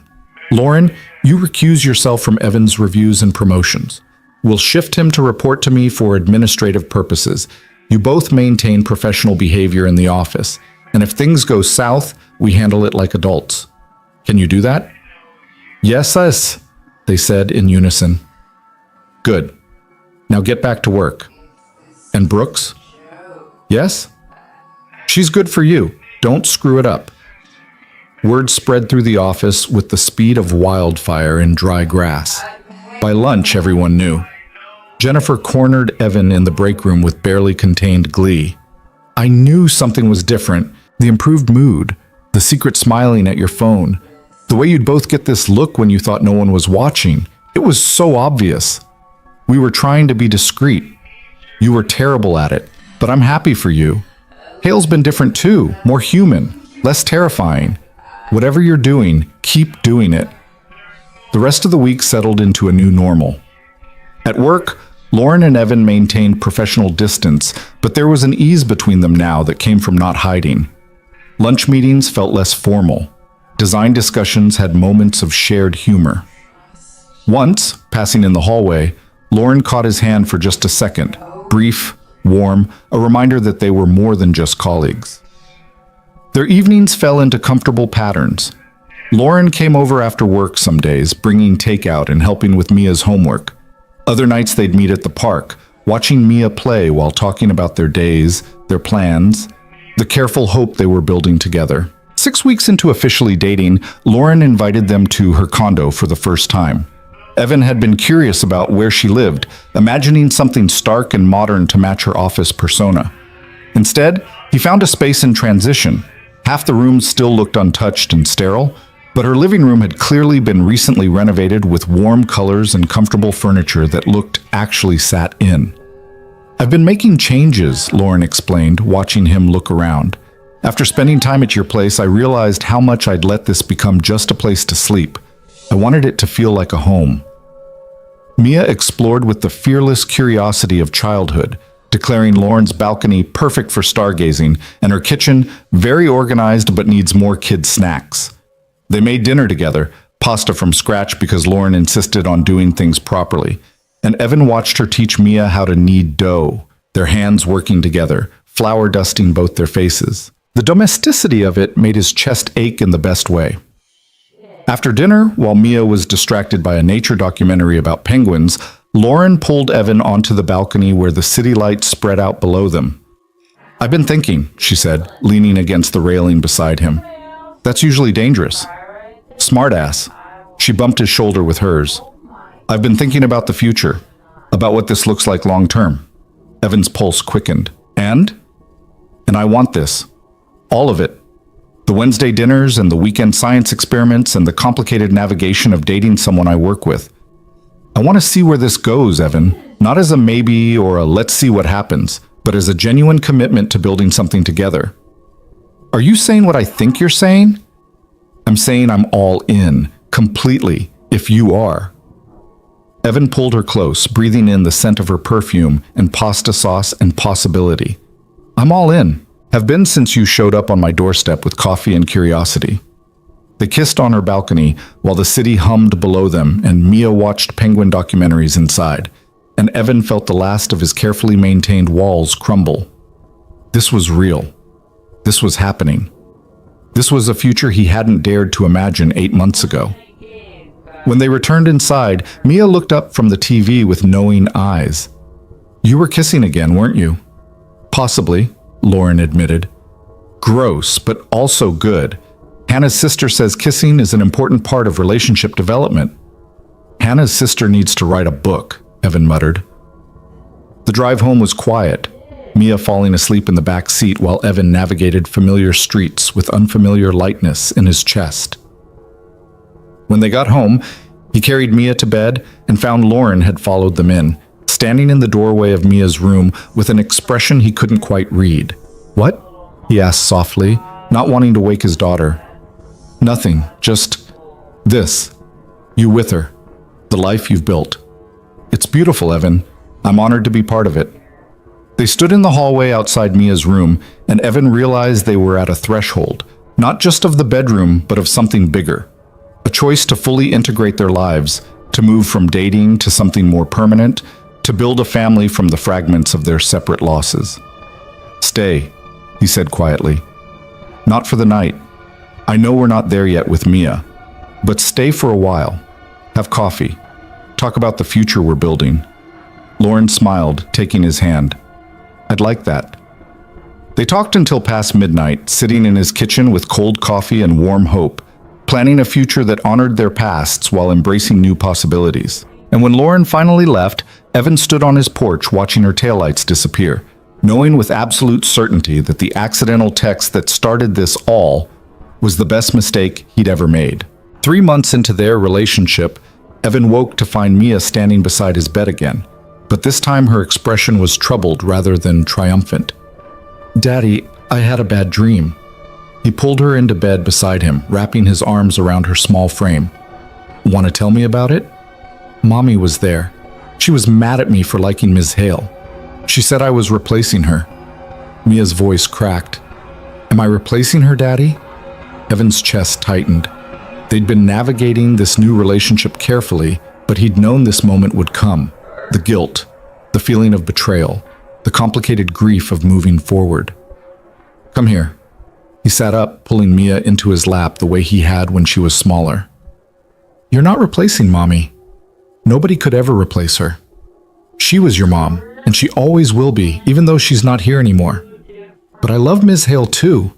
Does that mean I'm forgetting Mommy?" "No, sweetheart. Love doesn't work like that. Your heart isn't a container that empties out when you love someone new. It expands, gets bigger. You can love Mommy and love Ms. Hale at the same time. They're different kinds of love, but they're both real." "Are you sure?" "I'm positive. You know how you love me and you love Uncle Marcus and you love Mrs. Chen next door. Different people, different kinds of love. But your heart has room for all of them." Mia was quiet for a moment, processing. "Do you think Mommy would be mad at us?" Evan thought about Sarah, her fierce love for their daughter, her insistence in those final weeks that he'd not spend the rest of his life alone, her whispered conversation with Mia that he'd only just learned about. "I think Mommy wants us to be happy, and if Ms. Hale makes us happy, I think she'd be glad we found her. Even though it was an accident, the text you sent? Especially because it was an accident. Sometimes the best things happen when we're not trying to force them." Mia nestled closer, and they sat in comfortable silence until she finally said, "I want to do something for Mommy, to show her we still remember." "What did you have in mind? Can we plant flowers in the garden?" Mommy liked flowers. They spent that Saturday morning at the nursery, Mia carefully selecting flowers that Sarah would have loved. Bright sunflowers, cheerful daisies, delicate lavender. Lauren met them there, having been texted by Mia with a simple message. "Important flower mission. Need backup." "I didn't want to intrude, Lauren said when she found them in the perennial section, looking uncertain. But Mia said it was important. "It is important," Mia declared, showing Lauren her selections. "We're planting a memory garden for my Mommy, so she knows we didn't forget her just because we love you now too." Lauren's eyes went bright with tears. She crouched down to Mia's level, taking her hands gently. "That's one of the most beautiful ideas I've ever heard, and I want you to know something. I would never want you to forget your mommy. She was an amazing person who loved you very much. Loving me doesn't mean you love her less. That's what Daddy said, but it's good to hear it from you too. They spent the afternoon planting together, creating a corner of the garden filled with Sarah's favorite colors and scents. Evan watched Lauren work alongside Mia, showing her how to dig proper holes and space the plants correctly, never once trying to take over or diminish the importance of what they were doing.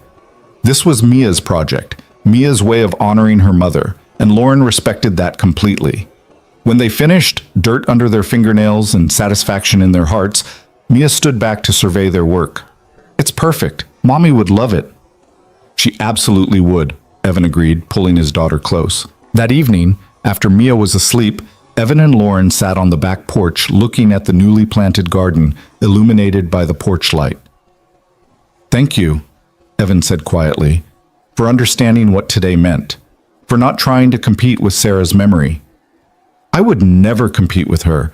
She was Mia's mother, your wife. She'll always be part of your family. Lauren took his hand. I'm just hoping there's room for me too, not to replace her, but to add something new. There's room, so much room. He squeezed her hand.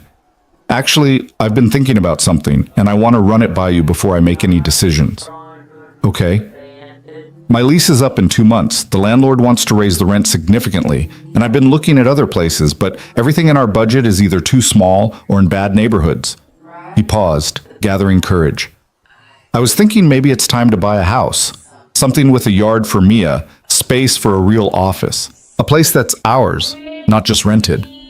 That sounds like a great idea. The thing is, I keep imagining this house, and in my head, you're there too, not just visiting, but living there, with us. He turned to face her fully. I know we've only been officially dating for 3 months. I know this is fast, but it feels right, Lauren. You feel right, and I don't want to waste time being cautious when I already know what I want. Lauren was quiet for so long that Evan started to panic, wondering if he'd pushed too hard, moved too fast, scared her away with the intensity of his feelings. Then she said, I've been looking at houses too. What?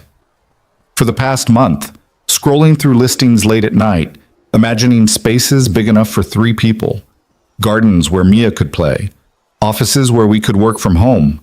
I just didn't know if you were ready for that conversation. She laughed, shaky and honest. I have a whole folder of saved properties. I've been researching school districts and comparing mortgage rates, very romantic stuff.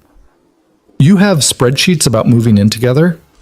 I have extensive spreadsheets, color-coded, cross-referenced with commute times and local amenities. Evan pulled her close, laughing into her hair. You're ridiculous, and I love you.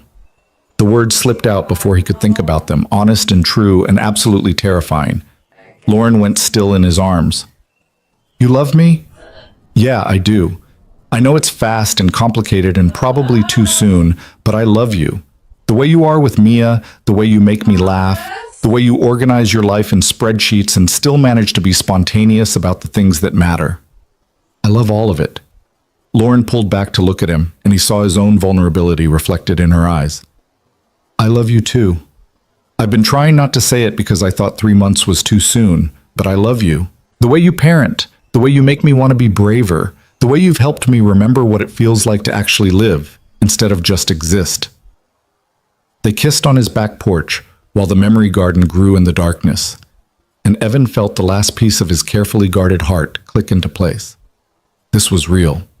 This was forever. This was the future he'd been afraid to hope for. The next morning, they told Mia over pancakes. We have something we want to discuss with you, Evan started, trying to sound casual and probably failing. Mia looked up from her syrup-drenched breakfast with immediate suspicion. Are you getting married? Not yet, Lauren said quickly, but we are thinking about buying a house together, all 3 of us. What do you think about that? Mia's eyes went wide. Like, living together? All the time? Yes. Ms. Hale would move in with us, we'd find a house big enough for everyone, and we'd be a family. A real family. Not just weekend visits. A real family, Evan confirmed.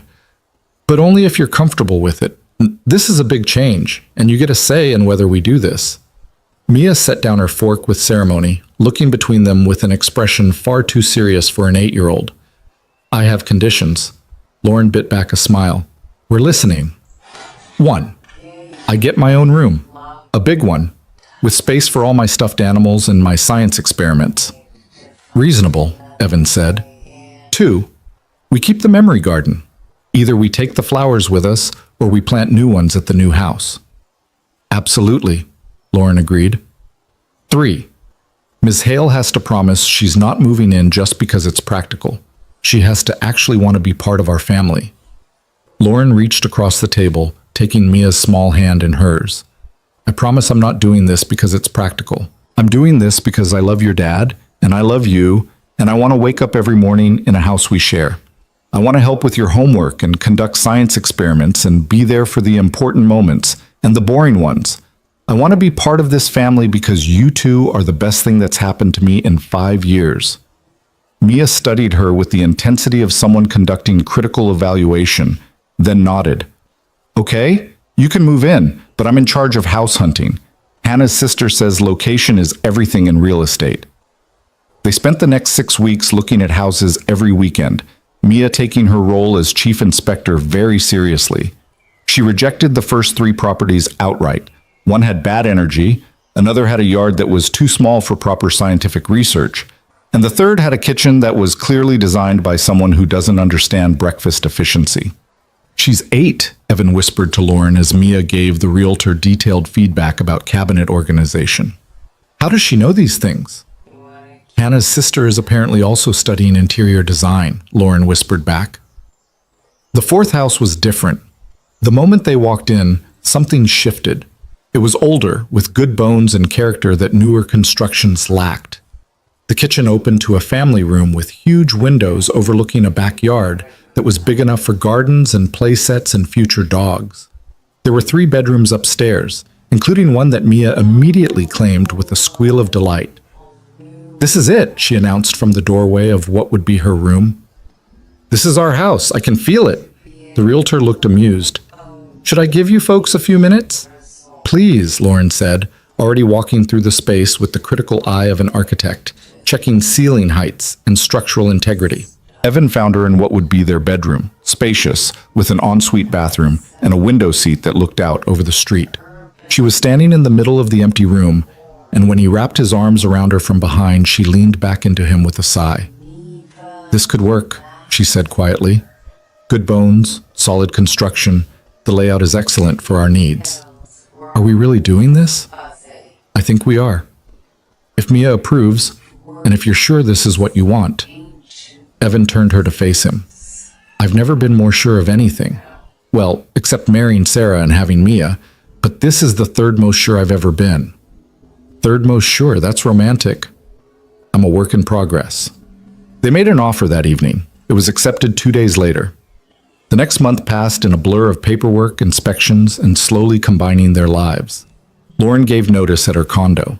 Evan coordinated with Marcus about the logistics of moving. Mia designed elaborate floor plans for her new room that may have violated several laws of physics. The week before the move, Evan's brother Marcus finally flew out to meet Lauren. He'd been supportive over the phone, but insisted on seeing them together before they took this enormous step. So you're the woman who's making my brother reorganize his entire life, Marcus said when they met for dinner, his tone friendly but assessing. I prefer to think of it as collaborative life optimization, Lauren replied smoothly. She has spreadsheets, Mia informed her uncle seriously. Color-coded ones, it's very impressive. Marcus looked at Evan with raised eyebrows. You found someone who out-organizes you? It's equal parts intimidating and attractive, Evan admitted. Dinner went well, Marcus warming to Lauren as she held her own in conversation and showed genuine affection for both Evan and Mia. By dessert, he was sharing embarrassing childhood stories and Lauren was laughing in a way that made Evan's chest warm. I approve, Marcus declared later, walking them to their car. But Brooks, if you hurt her or screw this up, I'm going to be very disappointed in you. Everyone's very concerned about me screwing this up. It's extremely encouraging. Good. You should be concerned. You've got something special here. Don't take it for granted. Moving day arrived with the chaos of cardboard boxes and rented trucks and friends who'd volunteered to help. Jennifer Walsh showed up with coffee and commentary. Marcus Chen brought his truck and surprisingly useful packing skills. Even Mrs. Chen from next door contributed homemade cookies and advice about feng shui. By evening, they were mostly settled in the new house, surrounded by boxes that would take weeks to properly unpack, but already feeling like home. Mia had claimed her room and arranged her stuffed animals in what she called optimal spatial distribution. Lauren's books were integrated with Evan's on the living room shelves. Their combined furniture filled spaces that had felt empty when they'd first walked through. That night, after Mia was asleep in her new room and the chaos had settled into quiet, Evan found Lauren standing in the backyard looking at the space where they'd plant a new memory garden. "Thinking about Sarah?" he asked softly, joining her. "Actually, I was thinking about David, wondering what he'd think of all this. If he'd approve." "What do you think he'd say?" "I think he'd tell me I was overthinking it," which was his usual response to my tendency toward excessive analysis. She smiled, sad and fond. "He'd probably say something like, 'Lauren, if this guy makes you happy and isn't a serial killer, stop looking for problems and just be happy.'" That's good advice. It is, and Evan, I am happy. I'm happier than I've been in years. This house, this family, this life we're building, it's everything I didn't know I needed. He pulled her close, breathing in the familiar scent of her shampoo. I'm happy too. Terrified that I'll somehow mess it up, but happy. We'll mess it up sometimes, that's inevitable, but we'll figure it out together. They stood in their new backyard under the stars, and Evan felt the weight of the past year settle into something manageable. The grief was still there, probably always would be, but it had transformed into something gentler, a bittersweet gratitude for what was, rather than sharp longing for what could never be again. 4 months after moving in, on a Sunday morning that started like any other, Evan woke to find both Lauren and Mia missing from the house. Panic flared briefly until he found a note on the kitchen counter in Mia's careful handwriting. "Gone to get surprised. Be back soon. Don't worry. Love, Mia and Mom." Mom. Evan stared at that word for a long time, his throat tight with emotion. Mia had been calling Lauren by her first name since they'd moved in, occasionally Ms. Hale when she was being formal or funny, but never Mom. They returned an hour later, Mia bursting through the door with the barely contained excitement of someone with a secret. "Daddy, we got you something." "Well, Lauren got it, but I helped pick it out." Lauren followed more sedately, holding a small box and looking nervous in a way that reminded Evan of their first real date months ago. "What's going on?" he asked, looking between them. "Lauren has something to ask you," Mia announced. "And I already said yes, so if you say no, you'll be outvoted." "Mia," Lauren said gently, "we talked about this. Your dad gets to make his own choice." "But he's going to say yes, obviously." Lauren took a breath, set the box on the kitchen counter, and took Evan's hands. "I know we've only been living together for 4 months. I know some people would say this is too fast, but I also know that I love you, and I love Mia, and I want to spend the rest of my life with both of you. So I'm asking, will you marry me?" Evan's brain short-circuited. "You're... what?" "I'm proposing. I know traditionally the man asks, but I've never been very good at traditional. And I have a ring, except it's not quite ready yet because we're having it custom made to incorporate a stone from Sarah's wedding ring, which I hope is okay because Mia thought..." Evan kissed her, cutting off her nervous rambling with all the love and certainty and overwhelming emotion that was flooding through him. "Yes," he said when they finally broke apart. "Yes, I'll marry you. Obviously, I'll marry you." Mia cheered, launching herself at both of them in a hug that nearly knocked them over. They stood in their kitchen, the three of them tangled together, and Evan felt the last piece of his fractured heart heal over. Can I tell Hannah's sister?" Mia asked, muffled against their combined embrace. "She's going to lose her mind. She totally predicted this." "After we tell everyone else," Lauren said, laughing and crying at the same time. "Can I be the flower girl?" "Sweetheart, you can be whatever you want to be." "Cool. I want to be the flower girl who also gives a speech about structural engineering and family dynamics." "We'll negotiate the speech content," Evan said, still holding both of them close. They spent that Sunday calling family, Evan's brother Marcus, who claimed he'd seen this coming from the first phone call, Lauren's brothers in Boston, who demanded to meet Evan immediately, Evan's parents, who were thrilled but concerned about the speed, Lauren's mother, who just kept saying, "Finally, finally, you're happy again." The office found out Monday morning when Lauren walked in wearing an engagement ring that Evan had bought years ago for Sarah, but had given to the jeweler to be reset with stones from both their past marriages, a symbol of honoring what came before while building something new. Jennifer Walsh actually screamed. Marcus Chen hugged them both. The junior architects started a betting pool on wedding dates. "I knew it," Jennifer kept saying. "From that very first week when you both started acting weird, I knew something was happening." "We were very subtle," Evan protested. "You were terrible, but it worked out, so I forgive you." Planning a wedding while managing a household and two demanding careers should have been stressful, but somehow it felt easy. They decided on something small and intimate, just close family and friends, in the backyard of their new house, surrounded by the memory garden they'd planted together. Mia threw herself into wedding planning with the enthusiasm she brought to all major projects, insisting on being involved in every decision. She helped Lauren pick the dress. Simple and elegant, nothing like the elaborate gown Lauren had worn the first time. She worked with the florist to incorporate flowers that Sarah had loved alongside Lauren's favorites. She wrote a speech that managed to be both heartfelt and scientifically accurate about the structural integrity of blended families. 6 months after the proposal, on a perfect autumn afternoon, they gathered in their backyard. Evan's brother stood as best man. Lauren's college roommate served as maid of honor. Mia wore a dress she'd picked out herself and carried a basket of flowers with the solemnity of someone entrusted with crucial responsibilities. Before the ceremony started, Evan found a quiet moment alone in the house. He stood in front of the photo of Sarah that they'd hung in the hallway, her smiling face forever frozen at 32, before the illness, before the end. "I hope this is okay," he whispered to her image. "I hope you're not mad that I found someone else, that Mia calls her mom sometimes now. She still remembers you. We make sure of that. But Lauren's good for us. She makes us happy. And I hope, you'd be glad we're not alone anymore." He touched the frame gently, then turned to find Lauren standing in the doorway. "You okay?" she asked softly. "Yeah. Just needed a moment." She crossed to him, taking his hand. "I know this day is complicated. Joy mixed with grief, celebration tinged with loss. If you need more time—" "I don't need more time. I'm ready." He squeezed her hand. "But thank you for understanding that both things can be true. I can love you completely and still carry Sarah with me. That's all I want, for both of us to bring our whole selves to this marriage. All our love, all our grief, all our complicated histories."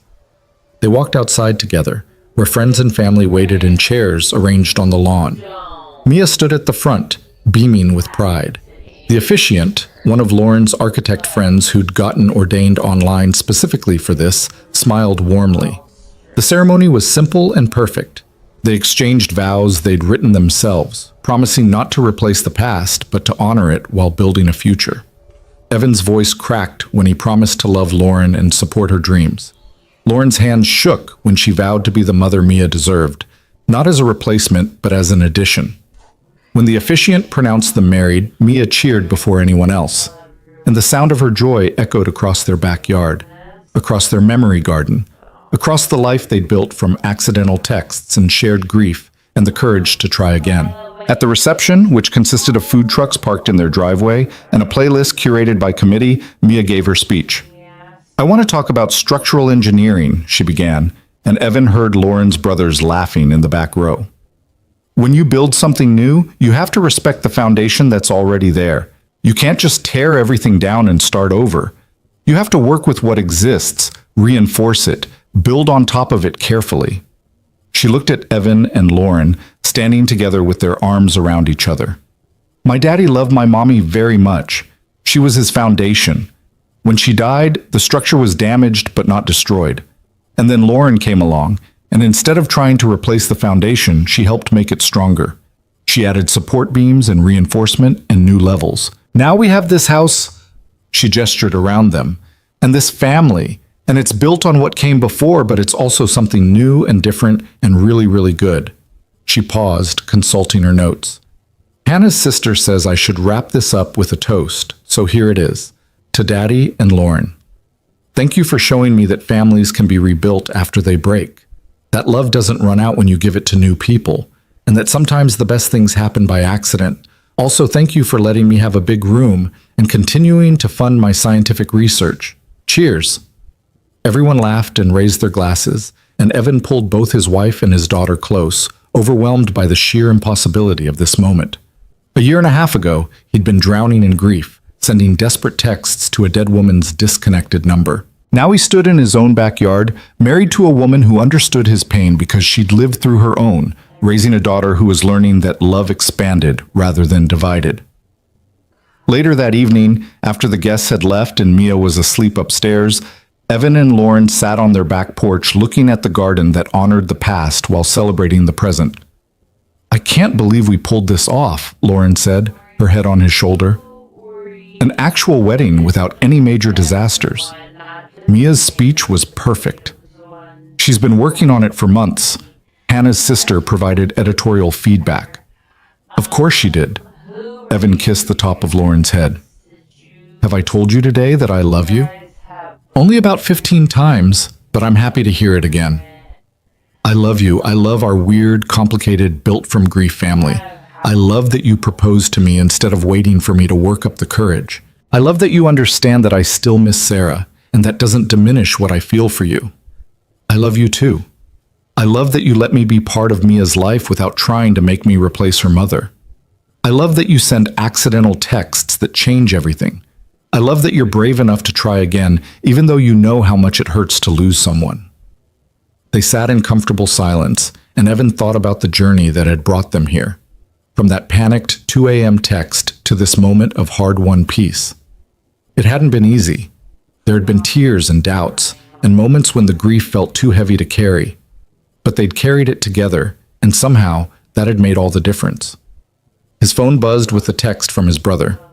Congratulations, little bro. You did good. Sarah would be proud. Evan showed it to Lauren, who smiled and wiped at her eyes. He's right, about Sarah being proud. Not because you've moved on, but because you've moved forward. There's a difference. Yeah, there is. 6 months into married life, they established rhythms that worked for their blended family. Wednesday nights were for family dinners, no phones allowed. Saturdays, Mia had a standing playdate with her friends while Evan and Lauren had what they called date mornings, coffee shops or farmers markets, or just walking through their neighborhood holding hands. Sunday afternoons were reserved for science experiments and gardening and whatever spontaneous adventures Mia decided they needed. The memory garden grew and flourished, a living tribute to the people they'd lost and the resilience they'd found. They added a bench beneath the largest tree where they'd sit sometimes and talk about Sarah and David, keeping their memories alive for Mia while acknowledging the complicated grief that never quite disappeared. Work continued at Hale and Morrison, where Evan had been promoted to senior architect and was leading his own projects. He and Lauren navigated the professional boundaries with practiced ease now, having learned to separate work and home, boss and wife, colleague and partner. On a Tuesday evening, almost 2 years after that accidental text, Evan was helping Mia with her homework when she looked up with sudden seriousness. Daddy, I've been thinking. That's usually dangerous.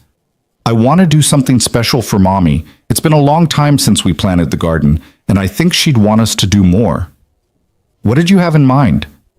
A scholarship for kids who lost parents, to help them go to science camp or art classes or whatever they love. We could call it the Sarah Brooks Memorial Scholarship for kids who are brave even when they're sad. Evan's throat tightened. That's a beautiful idea, sweetheart. Where did you come up with it? I just thought about how sad I was after Mommy died and how hard it was to keep doing things I loved. Maybe we could help other kids keep doing the things that make them happy, even when they're grieving. They talked to Lauren about it that evening, and within a week they'd started organizing. Lauren used her business connections to set up the nonprofit structure. Evan reached out to local schools and community centers. Mia designed the application materials with the help of Hannah's sister, who was now in 8th grade and apparently considering a career in nonprofit management. The Sarah Brooks Memorial Scholarship launched 6 months later with enough funding to help 10 children in its first year. At the small ceremony announcing the recipients, Mia gave another speech, this one shorter and less focused on structural engineering, but no less heartfelt. "My mommy died when I was 6, she said to the gathered families and donors. "It was the worst thing that ever happened to me, but I learned that you can be sad and still do things you love. You can miss someone and still laugh. You can remember someone who's gone and still make new memories. This scholarship is for kids who are learning that too, to help them keep being themselves even when everything feels broken." Evan stood at the back of the room with Lauren's hand in his, watching his daughter honor her mother's memory by helping other children navigate their own grief, and felt the last piece of something settle into place. This was healing, not forgetting, not replacing, but transforming loss into legacy.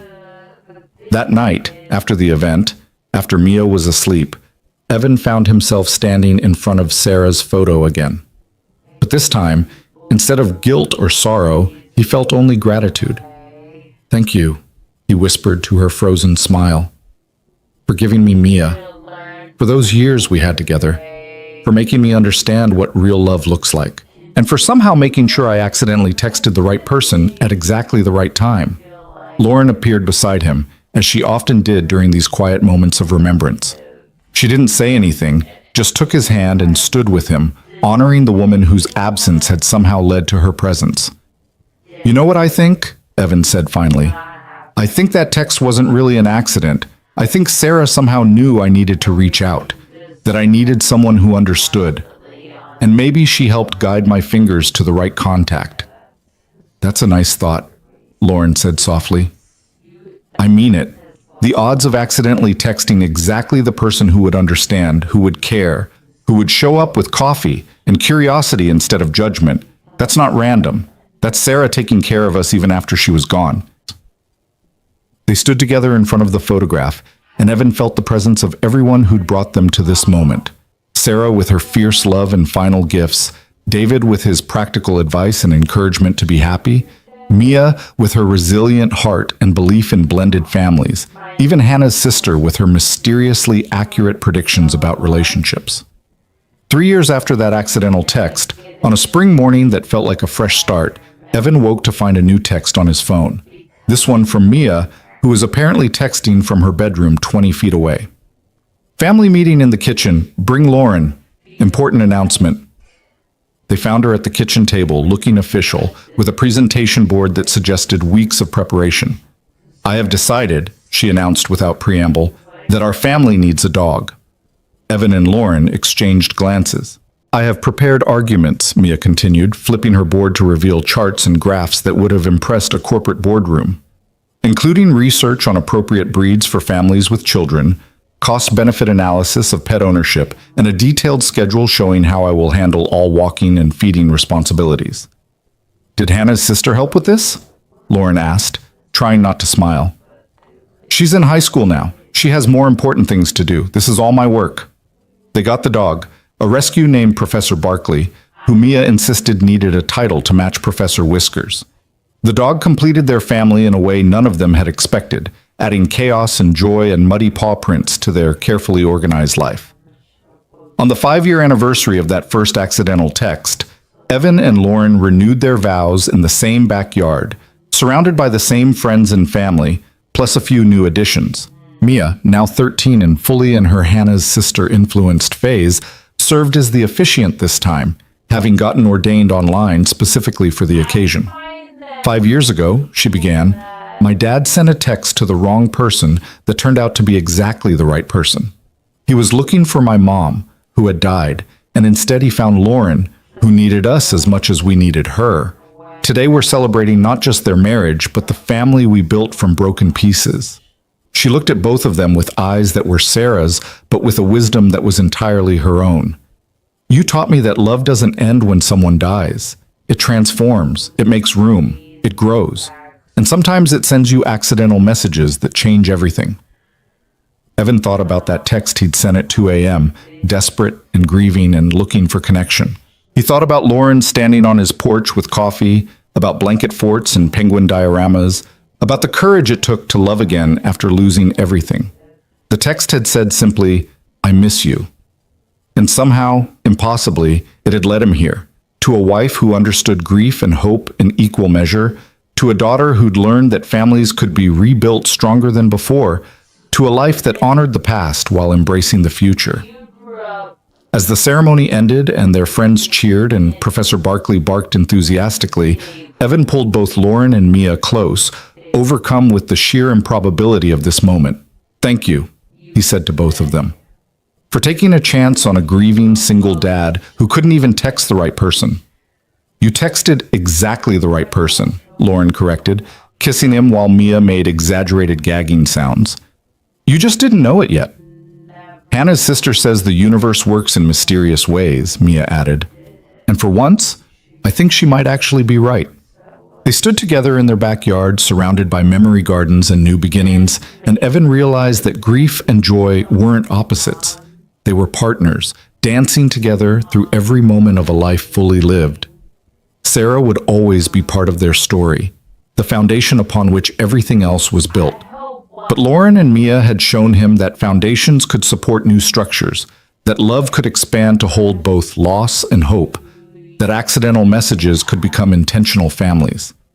That night, after the celebration ended and the house was quiet, Evan sat alone on the back porch with his phone. He opened a new message and typed simply, "Thank you, Sarah, for everything. For Mia, for teaching me how to love, and for somehow making sure I found Lauren when I needed her most." He didn't send it, there was nowhere to send it, but writing the words felt right. An acknowledgement of everything that had brought them here, a gratitude for both the past and the present, a recognition that the best things in life sometimes came from the messages we sent when we were most broken. Inside, he could hear Lauren laughing at something Mia said, Professor Barkley's tail thumping against the floor, the sounds of a life fully inhabited.